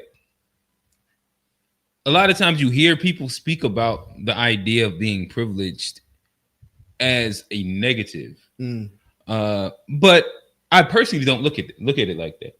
And I think that there's also a space where most people, I can't say everybody, but most people have privileges that either maybe they're hiding or they're ashamed of, or like you're welcome to admit. And I think that having privilege is okay. And I think it's nothing that you shouldn't not recognize it. Where, like, for example, for me, I think that I have multiple different versions of privilege. Like some people don't like when I say it, but I say I got lucky. But that's based off of like, I think that there's certain versions of things that aligned itself for me. And I think that in itself is a privilege. Like if I look at the neighborhood I grew up in, maybe you can count on like maybe less than 4 fingers the guys that had 2-parent households in there. That was a privilege. I'd be like remiss to pretend like that wasn't a privilege. I told him that you would be okay. I told him, I was like, yeah, Q's privileged in that regard. He was like, but he ain't going, like, if you say that, I was You'll like, never no, hear me accept go against that. it. Like, it's nothing. That ain't nothing. Yes. There's listen, even within my family, like family and extended family, like I'm probably looked at as one of the more privileged people. But like if you understand like where my people came from, like they came from a different level. Where like this is Newark, New Jersey. They moved like all of my mother and they people moved down here, and like we stayed as a collective inside, like, you know what I mean, like all the sides of towns that you hear about. And like we've had like the full range. I think we have one. So my mother got 6 of them. Yeah, 6 of them. So we got one aunt that's like has pretty much like hit the ground running, always been doing good. Everybody else been like inside like a variant space, where at some point somebody lived with somebody or kids live here, did this or did that. And there's a space where, like for example, I had a conversation with one of my cousins, and they were speaking about how, and this we could tie in empathy here, how sometimes they have certain functions that they don't feel comfortable inviting me to. And it's because of like a certain level, whether you want to say privilege, there is a certain level of like where I'm, you know, quote unquote, what's perceived of where I'm at, that they might look at me differently. The thing is, like, it's easy to get mad at that though. But then when you should actually appreciate understand, that. well, I mean, like, of course you can appreciate it too. But my thing is that when you stop and have empathy for the scenario, you understand it. Mm. And like, I can't get mad at it. And like the cousin I was telling me that, like, they were saying, and I was like, you know what, like, I can't get mad at the assumptions of these people because of like the perception of it, because there's parts of what they're saying that has to be true. But Like if I did have like this certain level of stability they didn't have, if I was able to go, let's say, to college and get this thing, and they seen me get like this job and this job, oh, now you got this house. I can see how, if they haven't had enough interaction with me, maybe you think I think away or feel away or like have my nose snooted up or whatever, I would always love and welcome the idea of going there and being a part of these functions. And you know what I mean? Like we still get together and it's all love. But I think that understanding my privilege allows me to have empathy for people that might not at the moment like see it the same. Yeah, and I get that, and I feel the same way, especially like there ain't nothing wrong with privilege, but then like I'm you don't feel the same. Bro, let me Johnny, bro. Let me cook. cook because, like you say, Right, I'm not ashamed of where I would not trade my childhood. You know, I'm very happy with my parents and where I came from. Love everything about right here. You know, I rep my city, so I'm not like super ashamed of where I'm saying, but like where I, be a little on the fence of being like labeled as the privileged thing, like exactly what you said there at the end. That's where it can be bad because you say you got family that you love that's gonna X you out because you quote unquote perceived as privileged. And that, and whether you understand, but it's not wrong though. Hey, bro, whether you understand it, not stuff like that hurts. And you I can't guess, say it but don't. the thing is, like you can me. always easily just have like more conversations. But what they're saying is not wrong though. But it still hurts. You can't say though. But somebody observing it, an observable fact, whether you heard about it or not, I don't care. But they left you out, not because you. Like, but you got they left felt out inadequate about themselves. It wasn't they left out because and of that's them. where you get like the empathy part. But the thing would be like, if they said something that was false, then I can like have like a really emotional attachment to it. But if you're giving an observable fact that is true, I'm still gonna trip. My cousins tell me we left you out because you grew up there and you did. I'm like, damn, bro, we thought we were cool. We grew up, but now I'm too privileged to hang out with the gang.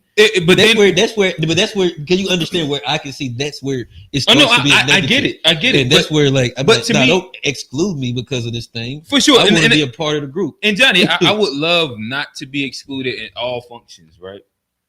And my goal is to make sure that like I build the connection, and like I understand where you want to go with it, but like in general things that are all like non-nefarious, where it's just family getting together, like whether it's a birthday or I'm about to go. but like a birthday, I don't want to like any of those things, like non-nefarious shit. I think that we all would want to be that. There's also an understanding of when you understand. Like if you understand people, to me, you just have empathy for it. Where if I can understand that if we don't have that rapport at this moment, how you can assume things because of my privilege. And I can understand you can have empathy for it. But that still don't mean like I don't get to feel a way about it because I understand why you didn't invite me. I don't think that you should feel a way about having privilege. About getting, I'm not saying the privilege. It's getting left. I tie two things together, but I think empathy is its own thing. And hopefully, like you have enough experiences in the world to humanize why a person felt that way. But to me, I'm saying that like I personally feel privileged and I don't feel ashamed of it. And the thing is that like shit, my son grows up privileged, more privileged than I did. And like that's what I would prefer. And I think that most people are trying to allow their kids to have a certain level of privilege in which that they didn't have. Whether that's a 2-parent household, that's certain foundations to be able to do like a bunch of different things. And the thing, like I think when we start demonizing privilege, we start glorifying negative attributes, in which I don't think is like that beneficial either. Yeah. I've had this thought over like the past month or whatever, where I've been thinking about the fact that most of the people in the United States are actually privileged. Like if you look at the rest of the world, like other parts of the world, yes. we overall actually like we have to have running water in your house is not just a normal thing. Like people don't understand that. Especially here because we're so used to having it. But to have running water in your house, or even to have all of the systems that we have to operate in just naturally, like you can just, even if you're homeless, you can have a gym membership and go in the gym and take a shower. Like you can go just get water out of a sink. Like you have access to these things. So I still see, like I don't think nothing's wrong with that on the scale. Like it's like, to a level, we have to accept that privilege, even that we all have. Mm-hmm. You know, Like, so funny to go Americans. with what he was saying. It was this guy, was a comedian. I can't remember his name, but he was like, you know, the thing about America is, he was like, y'all are so privileged that y'all make statements like, "I got to get out of my comfort zone." A thing. yeah. That's a good joke. Yeah. That's a good joke. Like niggas worried about real shit in the world, and we don't trying to be talk about comfort uncomfortable. zone. We want to be uncomfortable. Like, It's a problem being too needs. comfortable. Yeah, Right. it's Maslow's hierarchy of needs.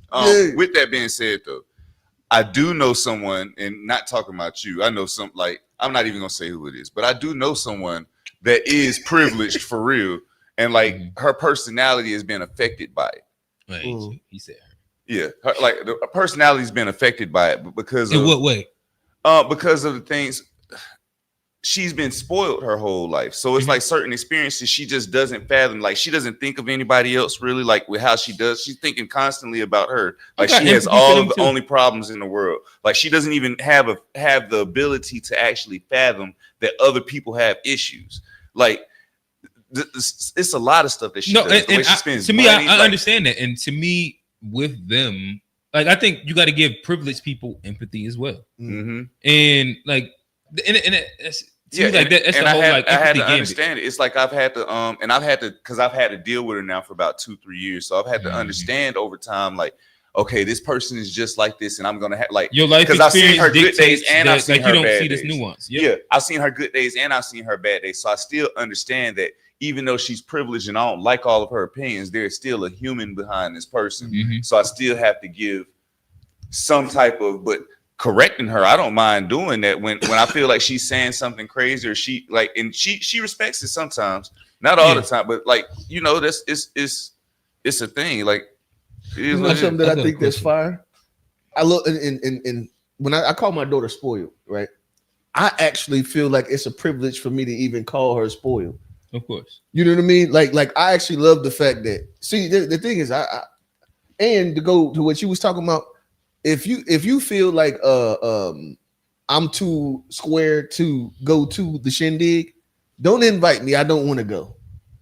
If you feel that I'm too privileged to go to your thing, I don't want to go. Because it sounds like you probably got some nigga shit. I don't want to do it. I don't want to go to your. Now you doing the opposite. Now you I don't agree with that either. Because some people just might not feel comfortable with where they're at.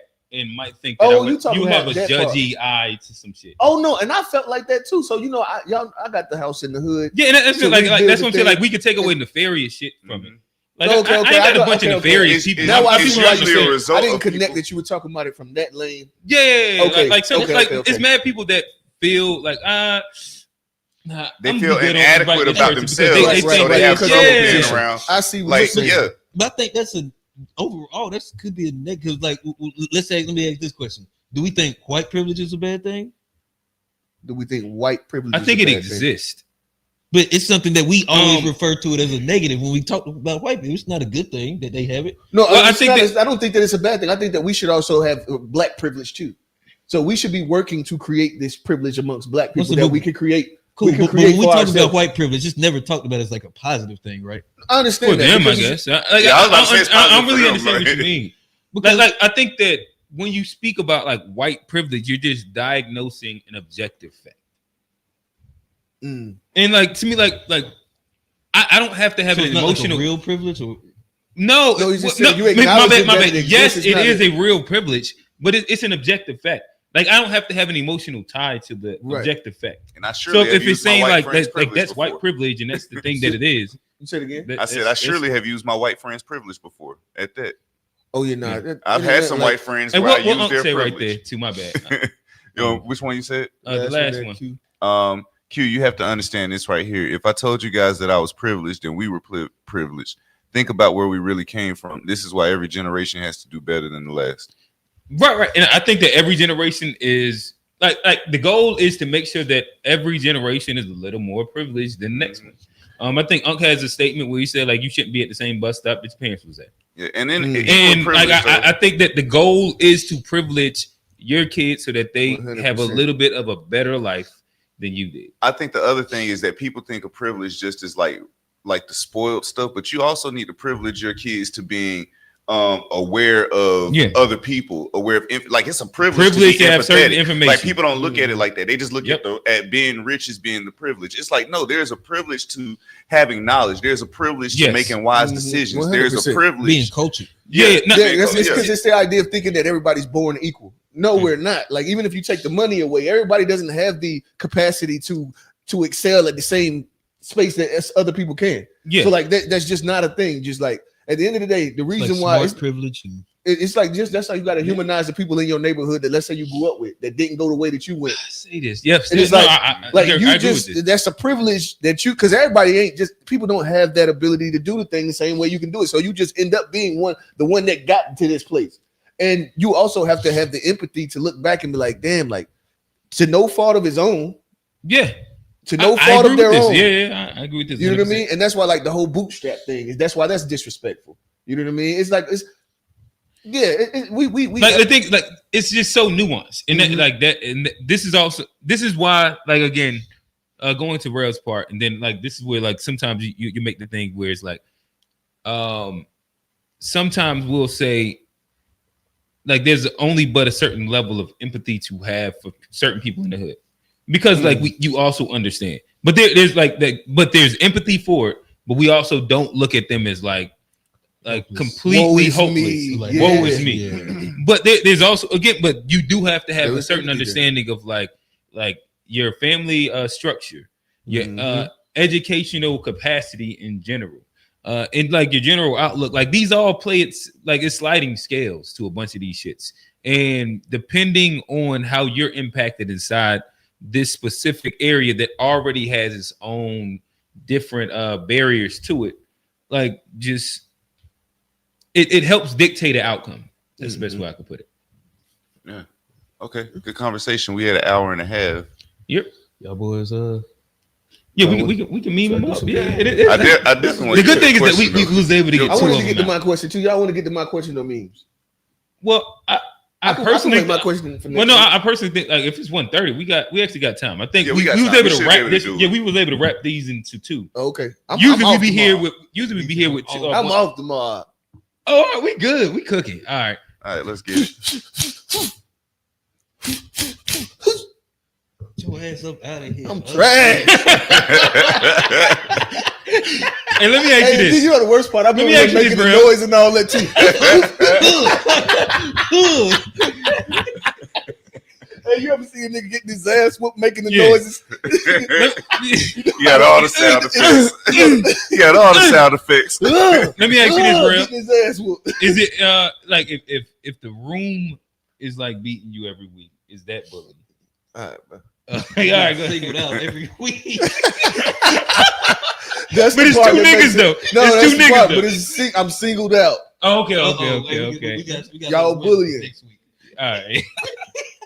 It ain't that funny. Got it. Damn it. Y'all can shoot for the. I knew that was coming. Get your ass up out of here. Man. God damn it, Ray. Ain't doing no fucking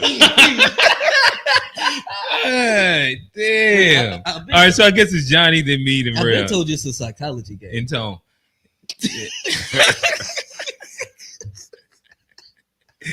Oh man.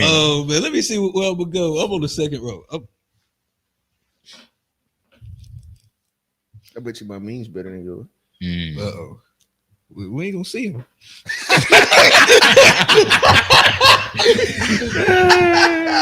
Hey, click the first one. This is actually exactly where we was at.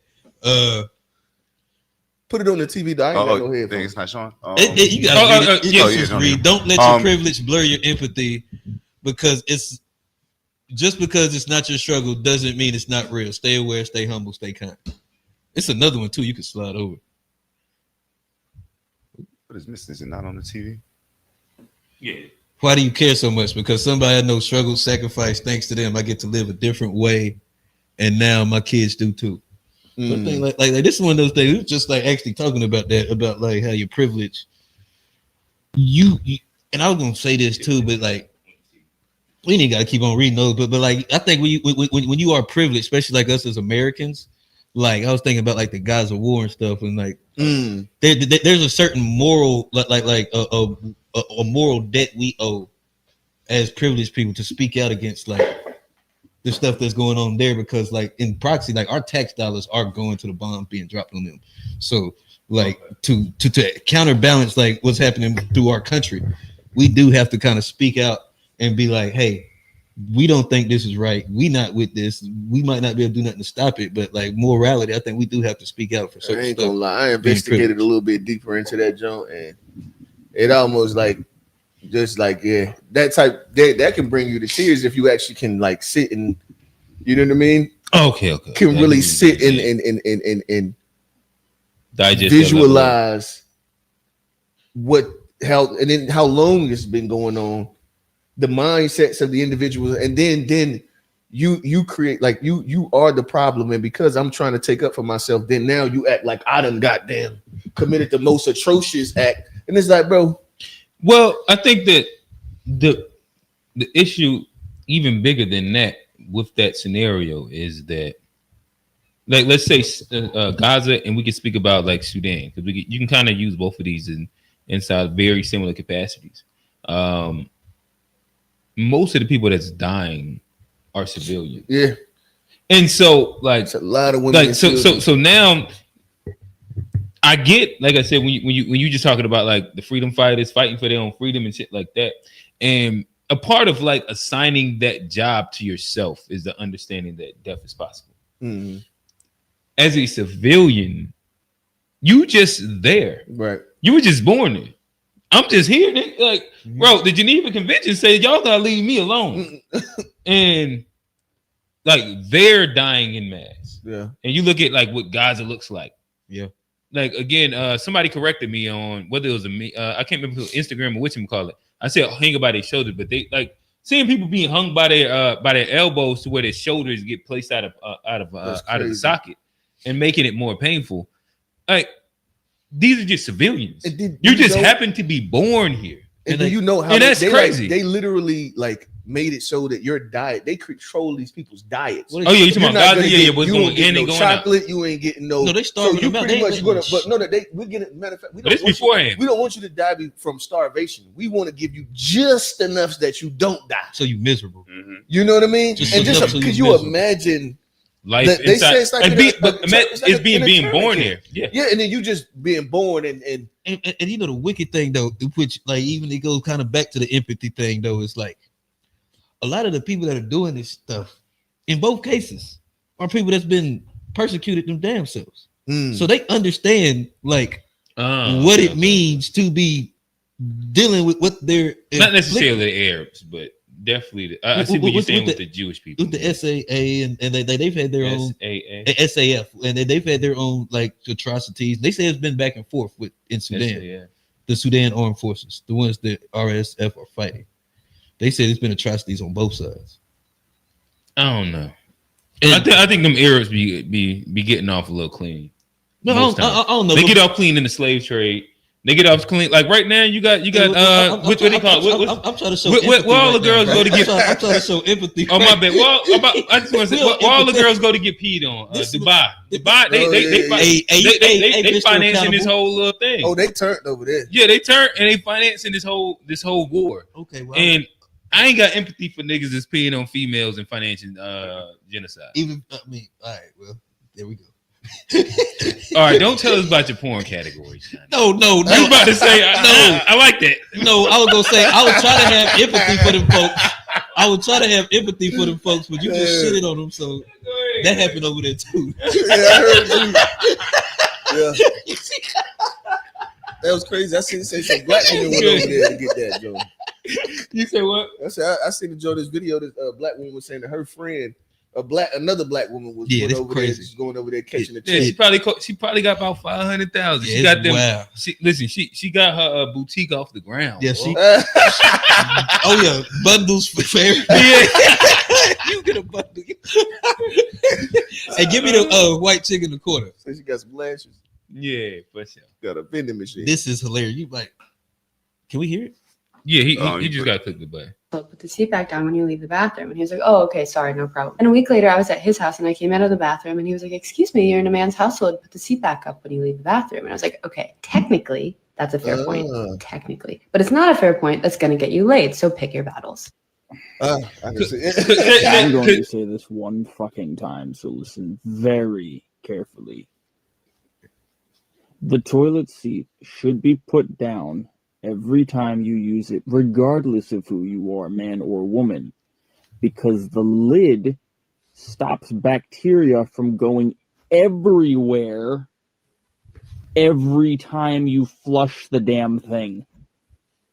Oh. It's not about men versus women or who you No, he made it. close I it understand because what it's Russ talking fucking about. But the other hygienic point was fairly good. animals. I had a guy over and he came out of the Because we're not bathroom. gonna get you laid. My bad. So I couldn't really understand. He said So Put the she's toilet at his seat- house, right? So he was at her house. She said to put it down and make sense. If you at my house and I leave my seat up, she leaves her seat. no. up. If she's at my house and I leave my seat up, then you should put my seat back up when you leave out the bathroom. Is what he was saying.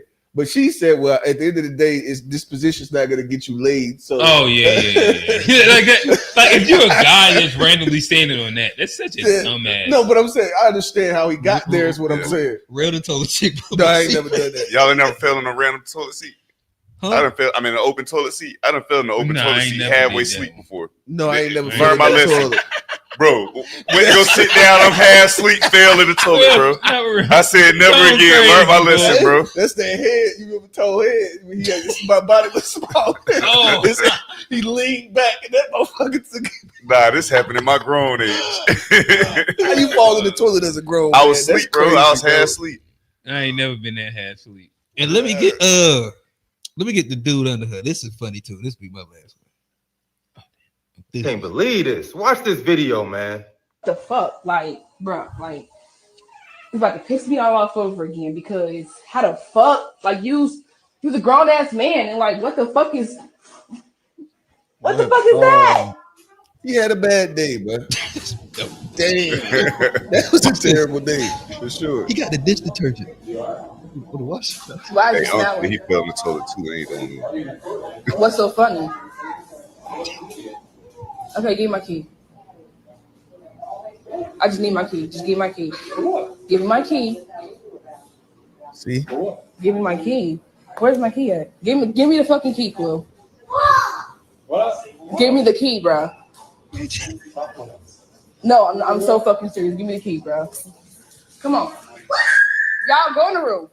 Go sit down. Let's go. I'm about to show you why I want my key back. Cause like what the fuck, bro? Like, see, bro. I'm gonna tell y'all what the moral of the story Go is. in the bathroom. baby.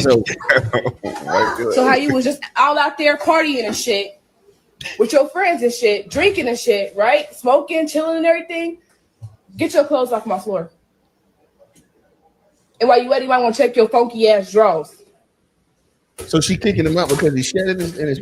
Cause how the fuck you this old and you don't know how to clean your Okay. ass? Start this time. We see the moral of the story, fellas, is Dang, you got him outside on the video. the moral of the story. That's I'm gonna crazy. help y'all with the moral of the story. That's crazy. Don't move Never move in. in. Don't move in. Yeah. that's Any clear. man, I keep Clearly. telling y'all, any Don't move man in. that's moved in done been put out before. Ask him. That's fu- Every man you know that done moved in But done been imagine put telling out people before. this story though. My thing is, bro, at the end of the day, if you a grown ass man, Why you you gotta don't put know out, when bro? you done mess around and sneezed on that wrong day and then sharded. We gotta throw them. But joints you don't out. put them drawers on the floor. No, That's Bro, you nasty. throw them out, bro. You don't leave them shit drawers in on the nobody's floor, house. bro. This- You don't leave them just laying down in nobody's house. It's got to be something. It's got to something for a woman to be taken. Get him off my flow. To be, you know what I mean? I mean, bro, you kind of Give me wild. my keys. You kind of wild for leaving the drawers on the floor. Like, he wasn't even in the house. That was he, nasty, he left bro. Him there He and left went out the house. and he That's kinda knew crazy. he knew he did that, bro. Yo, if crazy. He knew he did that when he That's took them kinda drawers off, bro. I don't know. Only thing I'm saying is I done left my drawers out They ain't been like that though. But I done left them out. Yeah, leave your drawers out is one thing, but you know if you did that in your drawers, you don't leave them out. If you did Like, that, you knew You did that in your drawers, bro. Yeah, You don't you leave did them that, out, That was bro. a different level of You knew you did that and left in them my there. house And too. left them. They were probably smelling. What's that smell? Yeah. That's tough. Like, Yeah, you supposed to throw them bitches away, bro. Should have sat down on the toilet. Take them Something to the smell dumpster, like bro. shit. Oh, I know, like Imagine getting kicked. Like, They just didn't have to leave them out. it smell real close. Yeah, but could you imagine getting put out for that though? that's the crazy. Like, that's wild. Like, she give me my key, like, and all. So you Hey, had bro. a key to the crib. You lived there. Hey, bro. I need a place to stay. What happened, dog? Bro, you catch a girl leave I'm her be drawers honest. on your She floor. also probably was just waiting for A reason. woman leave her drawers No, she on probably your was. floor. That was the she last was straw. yeah. Bro, Nah, I'm sorry. she was- She leave her drawers. That's what If a woman, you if hanging this out with your situation friends, was reversed, smoking Yeah. little weed. Like, yeah, she if was this just situation waiting. was reversed and the woman leave her drawers on my floor with that in them, Oh shit in them. I'm changing the locks. bye. Yeah, goodbye. Yeah, nah, I ain't gonna lie. Listen, Like, come on, that's trifling. the straw. Yeah. Not the last. That could be the first one. It could be the first one. I ain't gonna- I can't even hate on them for being that. Like, you can't wipe your ass. You don't know how to wipe your. Female with shitty drawers is wild. You gonna have to deal with that. She got Like, to I can teach this man understand how to the wipe blood his. or something because like women Yeah, get their I can period understand it, but But still, shitty? shit. Like you gotta question what kind of box you going in. Oh, some shitty. I gotta find an exit plan. I ain't gonna lie. Okay, yeah. Nah, yeah, that's I'll wild. say, please don't confuse me saying told I've done it before with the shit draws. I was saying I fell in the open toilet with ass sleepy. Please don't get it confused. With the shit draws. Bro, I promise you that's Oh, trifling, man, bro. Like, nah, you can't do no mess like that, bro. He was supposed to throw them away. Bro, he Or left to something. go. He left to go get some He washing left. powders. He should have took them with him. He went to party. Like, No, she said, he had washing powders. In oh, the and bag. he came back He with a was wash probably trying powder, to but he clean was them. out. You don't leave Well, them draws. at least shout out to input. At least doing that. You're supposed to put the drawers in a plastic bag. We keep Yeah, bags yeah, under the you seat. can You're tie supposed to tie them in a bag. And you or can put something. them inside like Dude. a secluded Bro, throw place. them that's away. Not, Supposed to hide. Yeah, Throw not like those- non-traffic those areas. away. Throw them away, but I'm like, yeah, Throw you don't those leave them away, on. bro. Get a new pair. Point You being, you could don't leave them on the It looked floor, like bro. they was Ithacas or something like that. I think they like them kind of drawers. Yeah, It's one of them you still drawers get a that new people pair, like bro. to show the little band. You don't leave them on If the you floor. blow him out, bro, you gotta throw him. Everybody that had a Blow 'em shitty out, ass day. Throw 'em out. Blow him out, throw him. Everybody has had a shitty ass day before, bro. But I you don't know I leave them have. drawers on the middle of the floor, bro. You mess around and do that sneeze. You had a shitty ass day. That's how you know you get old. No, you know when your stomach fucked up, and then you mess around and Yeah. the flu will do it. Nah, I- COVID. Knock had on niggas wood. stomachs I fucked really up, ain't. too. I really ain't had the flu yet. I know the worst thing I had was that walking pneumonia. Oh boy, I'm Yeah. done. That I'm motherfucker tapping out. hurt to breathe. I was in the bed. Who up next, Q? Yeah. Oh man, that's I'll say throw them drawers away, even if you got a free ball. Okay. Yeah. Okay. Yeah, the Let's free ball. start with Shorty in the middle. I'm gonna have some quick ones and then we can get into some fun ones. Fellas, the women with the personalities that you like are all fat. So just get one and Oh, take her shit. to the gym. Fellas, the women with the What's personality. your thoughts? Hey, I don't think it's bad advice, bro. Yeah, my thing It's is called that- investing Niggas early. do be wanting females that got all the fat woman Right. attributes besides the weight. Yeah, no, I That's think, actually you know, that's actually good advice. my thing is I think that You gotta pick you just the better proper hope that after prospect. you put in all that work with it and she get that body straight that she don't start feeling herself for real.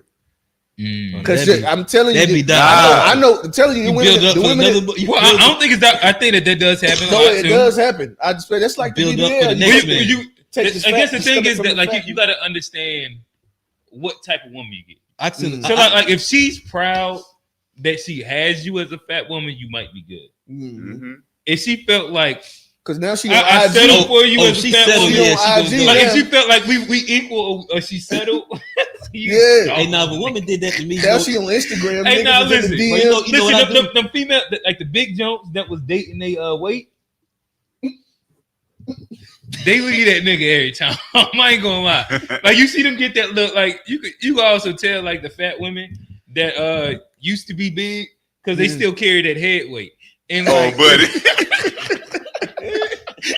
and so them women with the new cut head weight and the lashes, like they always got the new nigga. They got the the little kid and the new nigga. That's crazy you saying that. I'm sending her and her new man a box of donuts every week.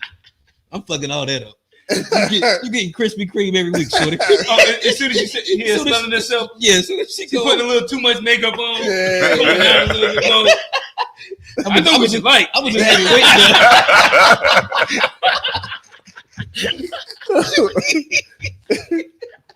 Fuck all that shit up, bro. You ain't going nowhere. Yeah. I dig it. All right. So I know the last one. If we'll see. This is Big Groove. Nah, that ain't Big Groove. It look like. Nah, I fuck with him. Let's go to top right. I feel like the one top left before your thing, we could probably talk about it a little bit. Hey, I have been thinking a lot about how critical. that's Juju. Who's Yeah, she Big said girls need love too. Yeah, no. We had my show. I asked y'all, do y'all think that like bigger people are better people? Ooh, hey, you know what? Conversation. I do remember that. Ago. We actually gave we had a poll inside the Discord, and I think the findings was interesting. G, he threw out the question. He said, would you rather have an ugly face girl, like pretty much iron and board body, pretty face, but she BBW? I'm taking the body. The chat went. Listen, everybody went pretty face, little chubby. That's what I'm pretty going much. to. I'm saying like how I'm going to. Yeah, How chubby we talking? Johnny. How chubby we Johnny. talking? You said BBW body. Well, though. yeah, I was going to ask Like- too. How like- big is BB? Like bigger, like so. She, like over she, 200. Like Oh, pre weight man. loss Lizzo. I ain't going. Give me the butterface. So Yeah. what I asked was like is she built like a woman or bear built? So like I think you could be. That's too much wiggle room though. That's a lot. No, of- but see, No, you it's could not. be- I think that like most big women are built two ways. They're bare built, You're big right. body, Yeah, Right. or it's like Or heavy voluptuous. accentuated both ways. It's voluptuous or bare built. Like Yeah, like those are Yeah. the two ways you're gonna grab them. If I will go pretty face, What about big, Megan voluptuous. built like a woman. Yeah. I'm going. I think there, that too. like if you just gotta like tag in flat ironing board, like a Tiana ugly Taylor face. type body, huh? like Tiana Taylor's body. Like that's No, nobody said it. What are you talking about? like So the idea was like ugly face, but like she fits the standard of being in shape. Oh, like a skinny chick. Yeah, Not- skinny Oh no, yeah, give me. Skinny, Okay, I thought ugly. you meant like Tiana. I'm about to Taylor. No, I'm about to say anybody would something say, wild.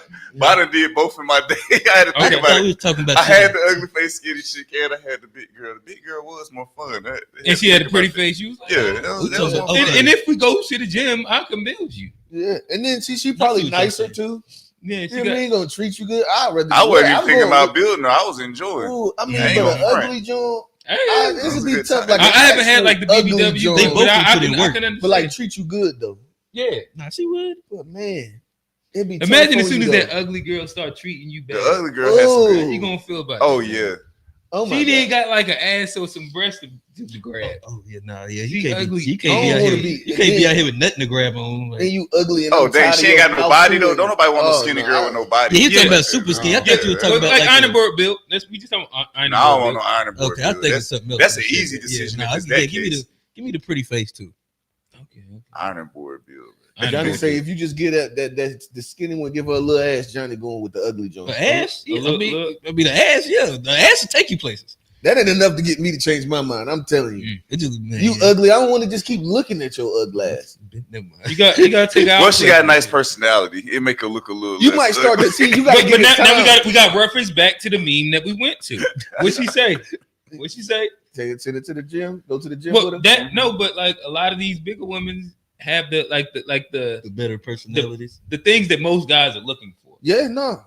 They're gonna be submissive.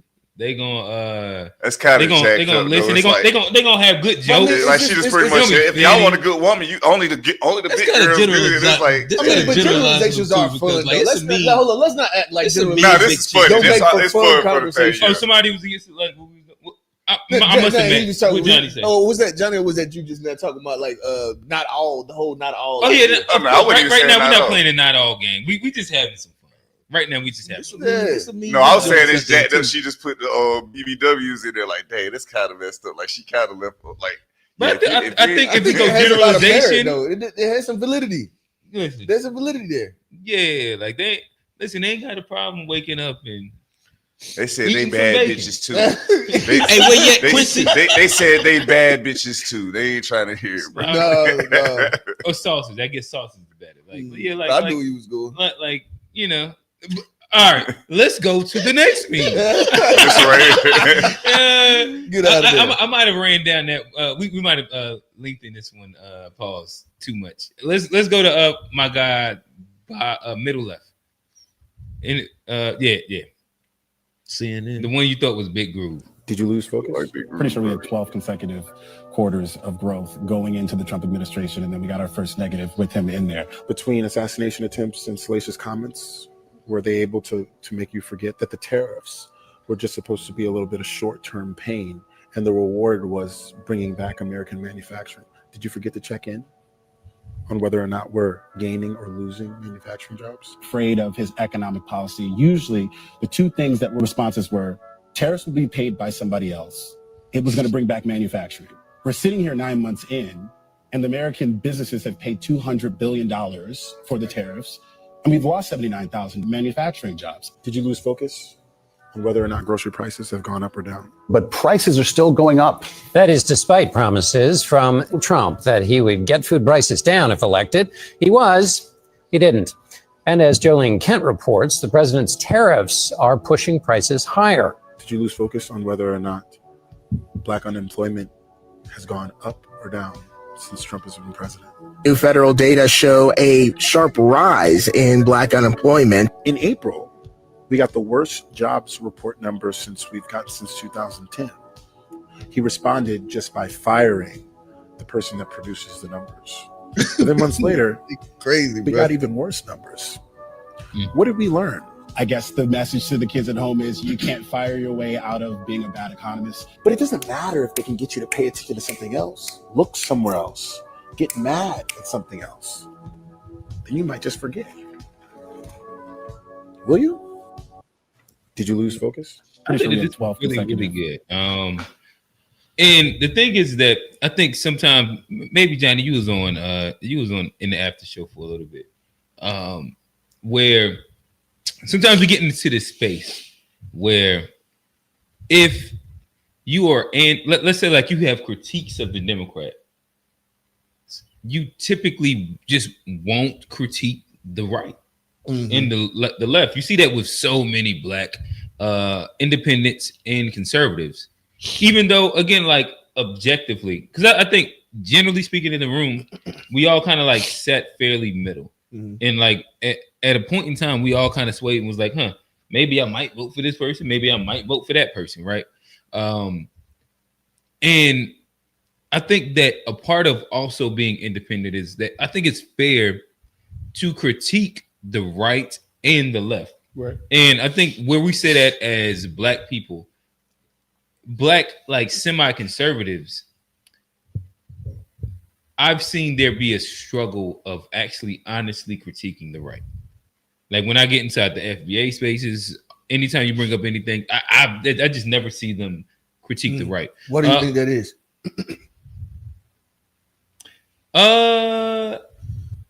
Was that they're not actually they really want to be Republicans. And they're not really as centered as they like to. I guess profess. Like when I was talking with Quincy about this, I think that a lot of their critique is based inside emotional responsibility that deals with like what the Democrat what the Democrats hadn't did. And so like I think when we was in there, we gave like the examples of what was it? Maybe it was talking about like girls, like girlfriends or something like that.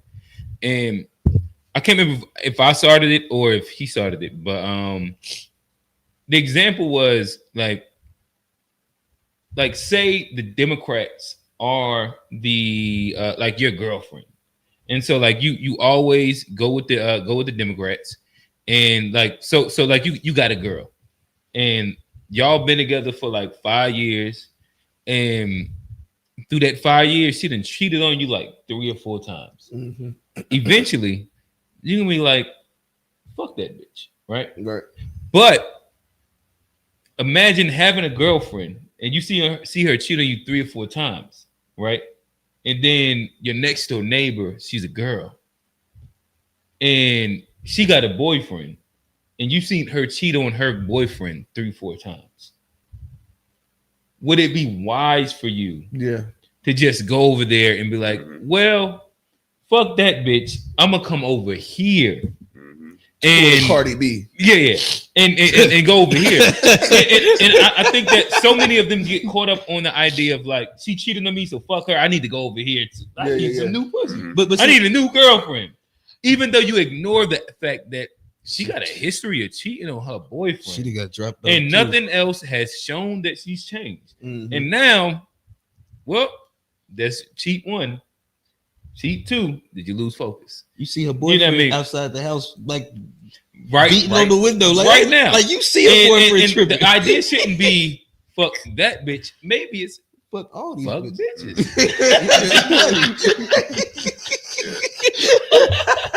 All right, go ahead. Was we discussing his talking point? Say it again. Was we discussing his talking point? Oh no, we can't. That was kind of like an example that tied a little bit into it. So yeah, I can get to it. But I guess one thing, like speaking on that, where I think like a lot of centrists don't necessarily criticize the right, is because there's already a lot of criticism out there coming from the left to the right. So it's not like the right doesn't have their. But should we not, when it's fair? When it's fair, we should. But I was saying why I don't think they do, because a lot of coming from where we come from, we always hear. No, I think it's what he was saying. It's because we've been in bed with them for so long. You know what I mean? And so we built this animosity now that we're like, oh, the light goes off, and you like, oh yeah, they've been doing it, they ain't been doing this, and they've been doing that, and it's like, okay, well, I gotta pick a side, so I'm gonna pick the other side because you know what I mean? Yeah, and I get what you say. Yeah, I think that's probably exactly what it is. And to throw, I think that as I remember a little bit more, I think that this was triggered by them saying the Democrats don't give any black specific lineage based like. And they tell you that they're not going to as well. I don't know, incentives or something like that. My thing about that is that, all right, cool. It's the Republicans. Yeah, which one they gave us? Yeah. No. Are they willing to give you anything? Yeah. No. The anti-DEI, they didn't already the meritocracy party, the guys that are against all of that. So is this a fair criticism of just Democrats, right? Or is it just like American politics? They're not gonna fuck with this. And I think so many times we get lost inside this nuance that because of if the people that you have like voted for aren't doing a thing, is the ones that you like you're saying I'm pushing people to go to, are they going to do something different? And it's like this emotional based, like really weird thing that I think happens. Can you tie that back to the meme for me? All right, so the meme was talking about did you lose focus? And he was speaking about in general critiquing the right. Okay. And I think that we tend to lose focus when it comes to critiquing the right, especially within like our general demographic that we live in, and like the unpacked crowds and shit like that, as being like a little bit more moderate Democrats / centrist / maybe you're a little bit more of a like right leaning, and so we actually don't critique when Trump does bad at all. Yeah. Like it's rare that you would see people that are for Trump that critique Trump. In comparison, like to be honest, like I think that in our space, no matter what, we did critique over like Biden's years. We did critique him. We had enough memes. We had enough all these different things. Yeah. These are things that we did do.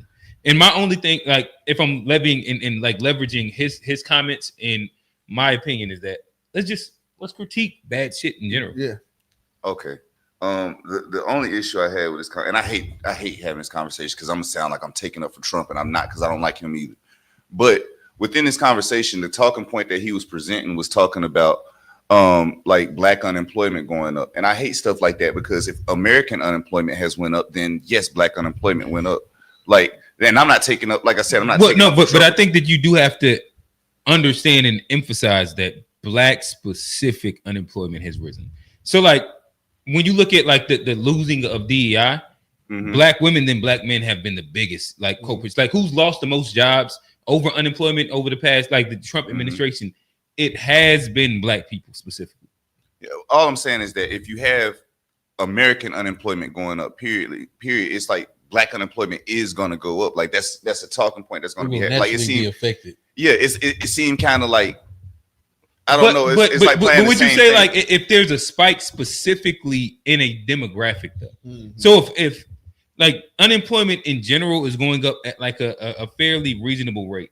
But and like this is before like the big layoffs and stuff like that. Before the quarter was like black unemployment in itself before unemployment was even like his biggest thing. What was it like April? It was at like 400,000 black women had already lost their jobs in like April. Right, and that's what I'm saying is that like there had already been spikes specific to a demographic that didn't necessarily correlate with overall unemployment.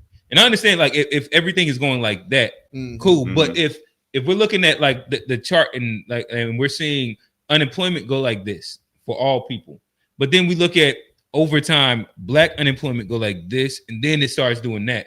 Then there is a space where you start understanding like there is a peak that's happening with this specifically as well to be addressed.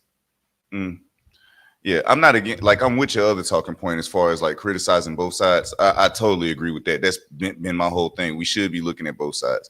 But I typically find the opposite, that a lot of the times like people don't criticize. Like if like say for instance, I don't even want to bring this back up, but if Kamala would have won the election, there would be a lot less political talk right now. Yeah. We would have a lot less political talk. Well, I think like it's so hard for me. We typically do just not pay attention to politics when Democrats are in office. That's not true though. Like think about how heavily Biden was criticized. But for like whether you say like his immigration politics, his COVID shit, was, yes.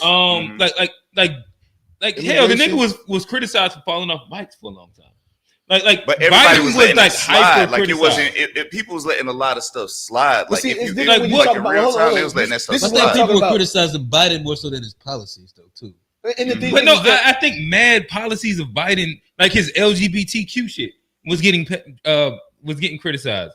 Like there's so much of the rights culture war shit came based off of being able to criticize openly Biden shit. Right. What I'm talking about specifically, the news is always going to do news. But what I'm talking about specifically is the everyday, like we do pods, so like that's different. But But no, that's what I'm saying. I'm talking most about of the the people culture that war I shit. talk to, most of the people that you talk to, Were they for the trans shit? During they didn't even care. They didn't say nothing. They didn't say nothing. Nobody Like had most of anything I'm to talking say. about the everyday people that I was talking about. Like, Bro, how did they feel about immigration then?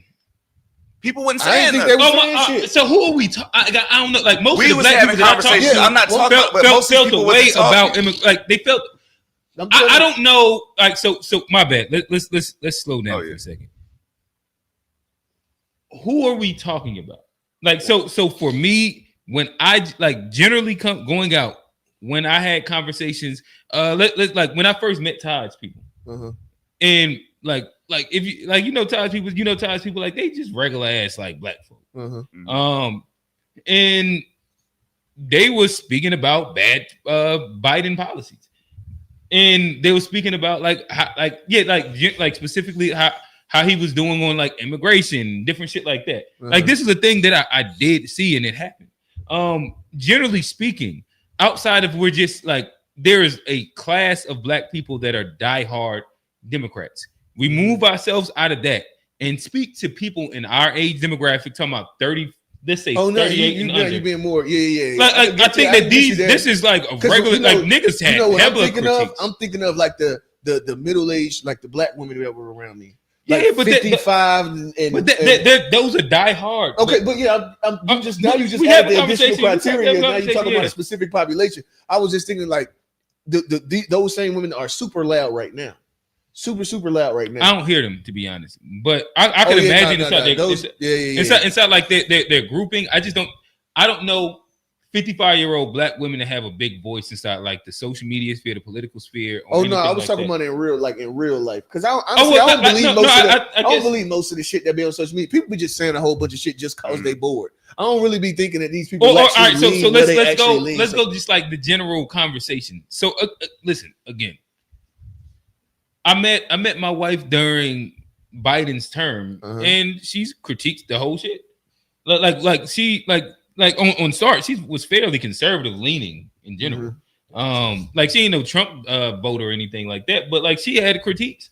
Like we could have like these regular conversations and her not feel away in general. Yeah. I think that like what a lot of the times, and we could maybe Biden and Trump. I think that these last two have been like overly this is the most that we probably ever seen. Yeah. But generally, because niggas hated Biden off of all that mass shit. Yeah, but and the mandates and all this shit. COVID was one of those. I gave Biden the middle finger too during that time. But I'm saying like to pretend like we didn't care about his policies would be like. I understand it's a one-off thing. Yeah, but we did care, like because COVID went straight into immigration. So you think Biden got scrutinized as much as Trump? I think that it. I mean, he didn't do as much. I don't know. I don't know if it's as much, but the thing is, like we can't say that. Gate, but swinging. But do we feel like, especially if we go to like Trump's first term and then look at the end of Biden's last term? Oh, it was bad. This entire like immigration gate and the conversation about asylum and migrants and all this shit. Like we can't say that this was like a small, quiet conversation. Niggas was on his ass. Well, there's a bunch of niggas in New York. It was niggas on his ass, bro. Like it's hard to say that like niggas didn't like care about, like I said, from COVID that ran straight into the migrant crisis and immigration and all these things. I feel like it wasn't quiet. And then him being like a fucking delusional old man that can't speak. Yeah, that's what. But if I'm looking at our community and I think about it, I ain't never heard black people talk about no good stuff Republicans did. Never had. Well, that's because we lean close to Democrats. But that's what I'm saying. So, like, we're saying that we got to talk about both sides. Like, we got to talk about the bad stuff they're doing. We got to talk about the good stuff they're doing too. If that's the case, and that's to me like that's cool. Let's also do that. But the fact that we haven't talked about that good shit yet doesn't mean that we shouldn't talk about also what they have. Oh, I agree. I think we should talk about all of it.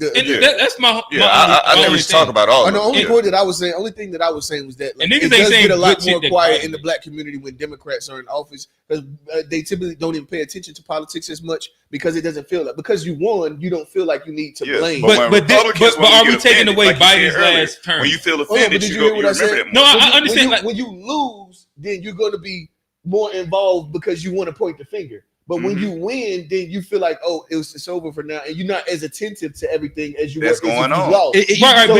But do you feel like that for Biden's last term? I do. I feel like there was a lot of people. I can give you one. So did black people feel good about COVID? Fucked it up for him. Let me give you one point though. That's not COVID. How do we take away from his biggest critique though? Let me. Are we saying like black people didn't criticize? Let me give you one point. Let me give you one point. They didn't.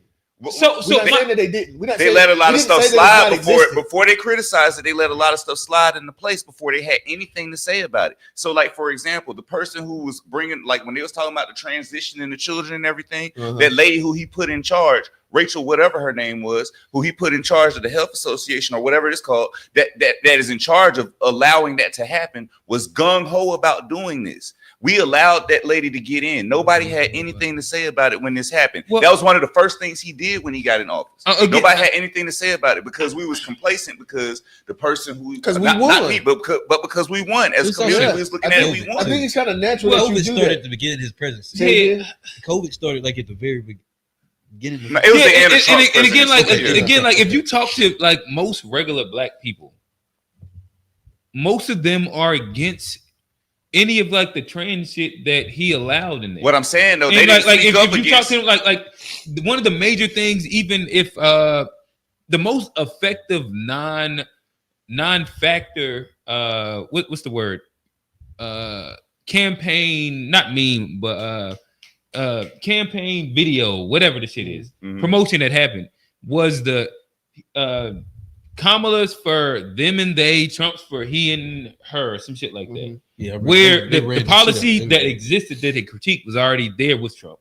And the fact that she didn't actually run on any of that, and that most of the people are against this, that whether you're talking about like Republicans or Democrats. But if you can sensationalize it to a party, it allows you to dictate how people vote.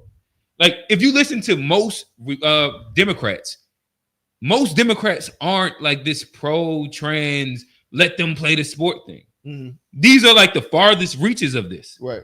But most people aren't this thing. But the fact that they're able to paint this that way. What I'm saying was the whole point I was making was if you look at Trump's previous presidency before this, like how we were scrutinizing everything, we scrutinized everything that went on with him.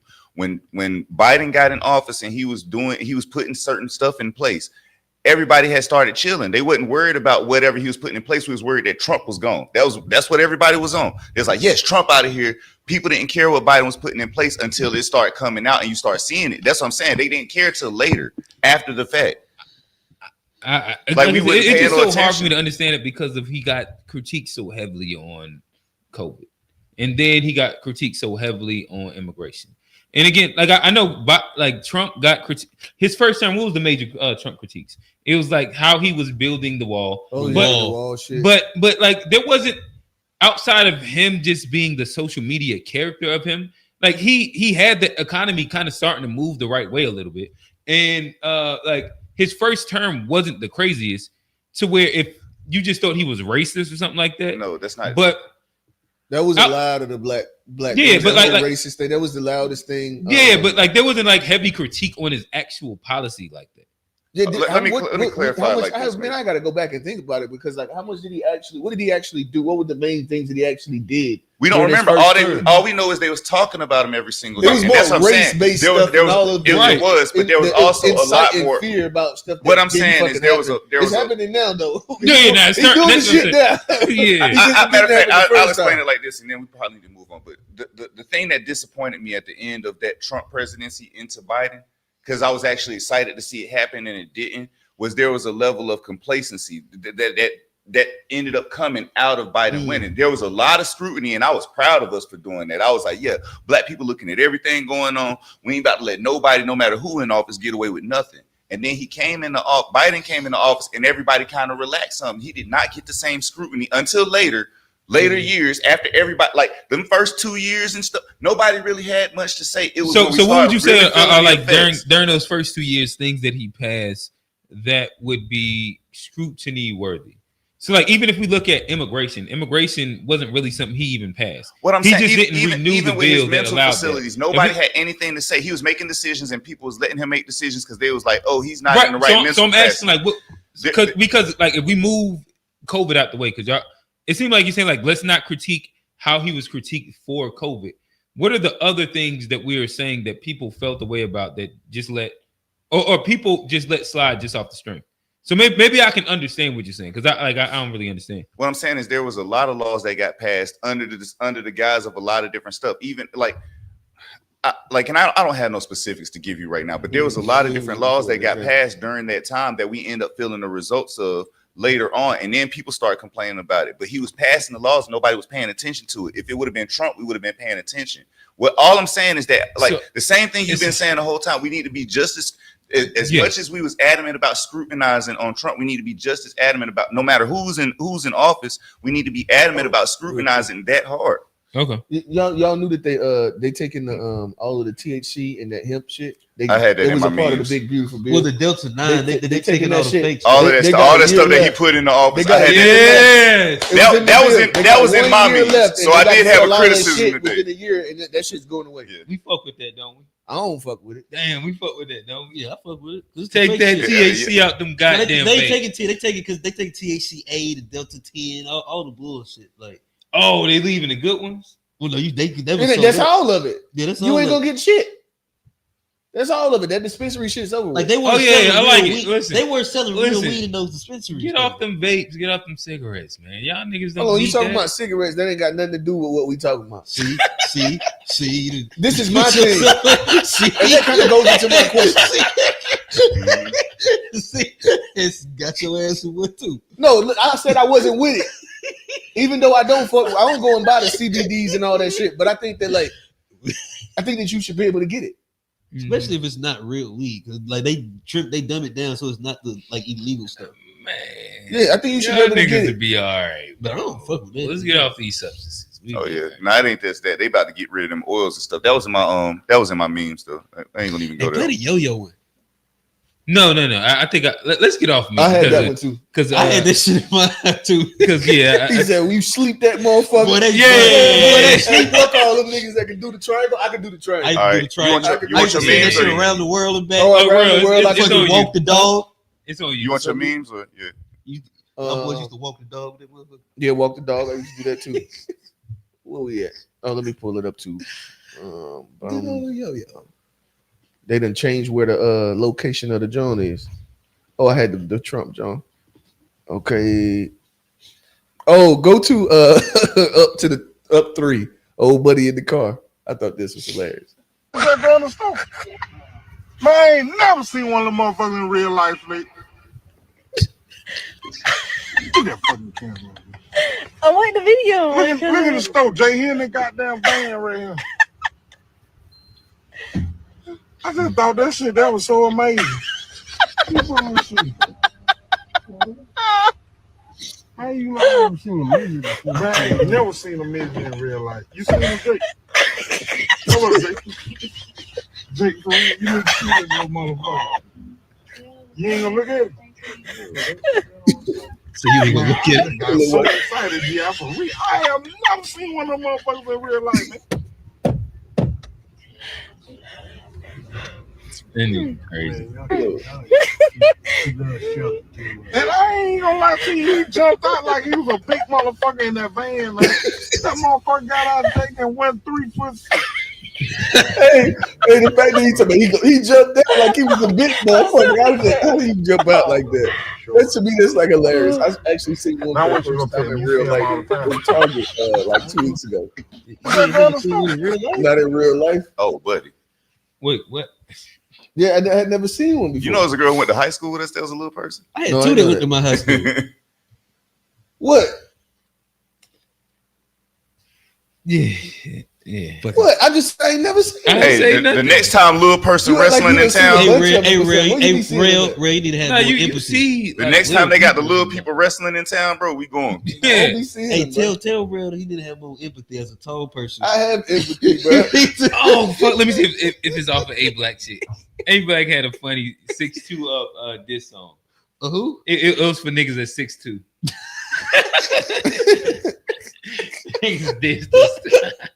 Oh, I do want y'all to play. Scroll all the way up. We got scroll all the way up. It's a Gayle King joint. Up. It's from ATL Black Star. And I want to go to the wrestling show. I had a homie, he took a girl to a date. His first date was to the wrestling. Like he went too far. That's not cool. The easiest thing to do is just send it again, bro. Okay. He said it went pretty good. So he ended up popping. It's right here. I ain't get that into the lyrics are what really blow people away. Yes. Are you writing the lyrics or is that AI too? No, lyrics are 100% me. So real you life write all those experiences. lyrics? Yes, ma'am. All the lyrics. Yes. Whether it was stuff I went through, a close family member, or a close friend, I wrote about it. Were you surprised by the reaction? Yeah, I was totally surprised, and then a lot of people started reaching out. But Nikki, they thought Zanaya was a real person. Zanaya is an extension of me, so I look at her as a real person. But you can't sing. So she's not a real. In that sense, she's not a real person. What do you say to people that say? How do y'all? So y'all, I'm the type of person that I stand strong on something. I don't even like to give my views to shit that I don't fuck with. So like, how do y'all feel? So I'm completely against the AI artist shit. So that's what that was all about. Yeah. I'm like super against the AI artist, like the whole thing where you can just, even if you writing or if it's writing or you're writing, I feel like the artistry should be a human fucking, we shouldn't allow AI to compete in this thing that we're doing that's within the thing that we do. Cheat code. The creativity that we're, you know what I mean? To me, that's just, it's really fucking stupid. And it's really like, what's the one thing we have as humans that like we can give them that? And like, I think Gayle King, I watched some of this too. She made a great point though, because like until we found out that this was a black woman, we didn't know. So like, imagine it was a white dude. and you're shaking, you're cosplaying as a black lady now. Then you can say whatever. And I think that's where it gets tricky, and that's where it has to be, stopped because like. Yeah, like you can't use that. It's like the same, like the anonymity of the internet. You don't want to be able to say whatever behind a mask. And I think using that gives you that mask. I'm pretty sure you probably playing similarly. Yeah, I'm not pro. What's it? The AR artist. Shout out to Unc and all the guys that like they will. You ain't Kofi, getting no more memes, bro. They got Unc. They got Kofi. Chuck throws them in there sometimes. Like they'll throw the AI flips of like the Tupacs or the Biggies or something like that. And I'm cool. Like I get it. I personally can't really listen to it because of I'm against on principle what it stands for. 100%. And like I imagine a lot of that shit's fire and that's cool. As a creator, exactly, and creative, for me, principally, it stands. I mean, like it intersects with something that I don't fuck with, and so I just kind of stay away. It's like the digitization of music happened though. Like you can imagine, like somebody who played guitar or who was actually making music before they started getting an MPC or something like that. It's how they was looking at it. So much as I don't necessarily like it, I also think I don't like it because of my age and what I came from. But I think that there's a difference there. Maybe you throw sampling, but sampling is its own art. And if you just simplify like just taking a nigga's shit, like I could see where that argument can stand. But if we look at like, for example, let's go with like Justin. He produced a pretty much not pretty much. He produced Free Will for me, right? And he's an amazing keyboard player, 100%, right? And if on the keyboard you then can interpolate some things to be a guitar, I think that there's a difference in that being AI and you still taking the talent to do the thing. I seen a guitar that could turn into a keyboard. Like they call them keys, like the guitars and shit like that. I think that there's a big difference in doing that in comparison to an algorithm creating based off of what they grab from everything that exists on YouTube. That was the first level of it. Yeah, now it's at a point. There is a difference, but that was the first level. They're doing stuff now where people are making their own. You gotta put auto-tune. People are making their own custom samples just by singing. Like they literally just, I want a song that goes like la di da di da, and they sing their melody. It makes the melody and it turns it into a sample, and people are flipping samples like that. Like I had something pop up the other day. I thought that was kind of cool. But again, like I'm not like opposed to that part because again, like you said with your voice, this thing, and then like they they created a sample and then you built around it. But if you just say, "Hey, this is the sample," and then they make the sample, "Hey, put drums and all this shit to it," that's completely like eliminated a creative and. It also takes away from the idea of what the evolution of music will always continue to be. Reclaiming my time. Real quick, let's hit some of these comments in there. Is that a blue check by that name? We got somebody famous talking to us. Learn Dog Global. Okay, shout they out don't to have you. none for you, silly. Johnny is political, mature on the matter. Shout out to you, Johnny. I don't know which matter that was. Appreciate that. All right, just give me the last one. Give me the last one in there now. Anytime, bro. This shit, we just apply to the right, right. Yeah. Oh, this.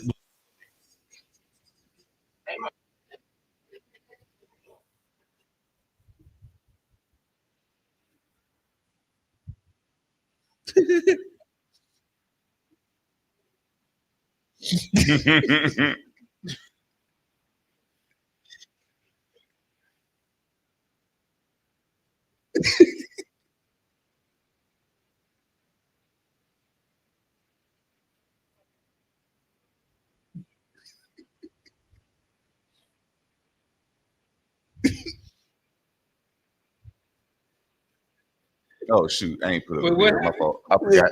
He actually said that to him. But I forgot they didn't see the He video. said, "Stop dancing Right. and pay attention to the road." That's what he said. That's what he said. No, not. You get it, man. One dumb bitch. I told you. Them young boys, they don't play that shit. I get it. Motherfucker pull the gun out your damn man. I'm gonna jump the hell back and then shut your ass. Oh, fucking man. But that's what you told. That's what you said. I didn't have it up for the people. That's why I let it. Oh, okay. All right, yeah, I'm done. All right. Let's go into the conversation.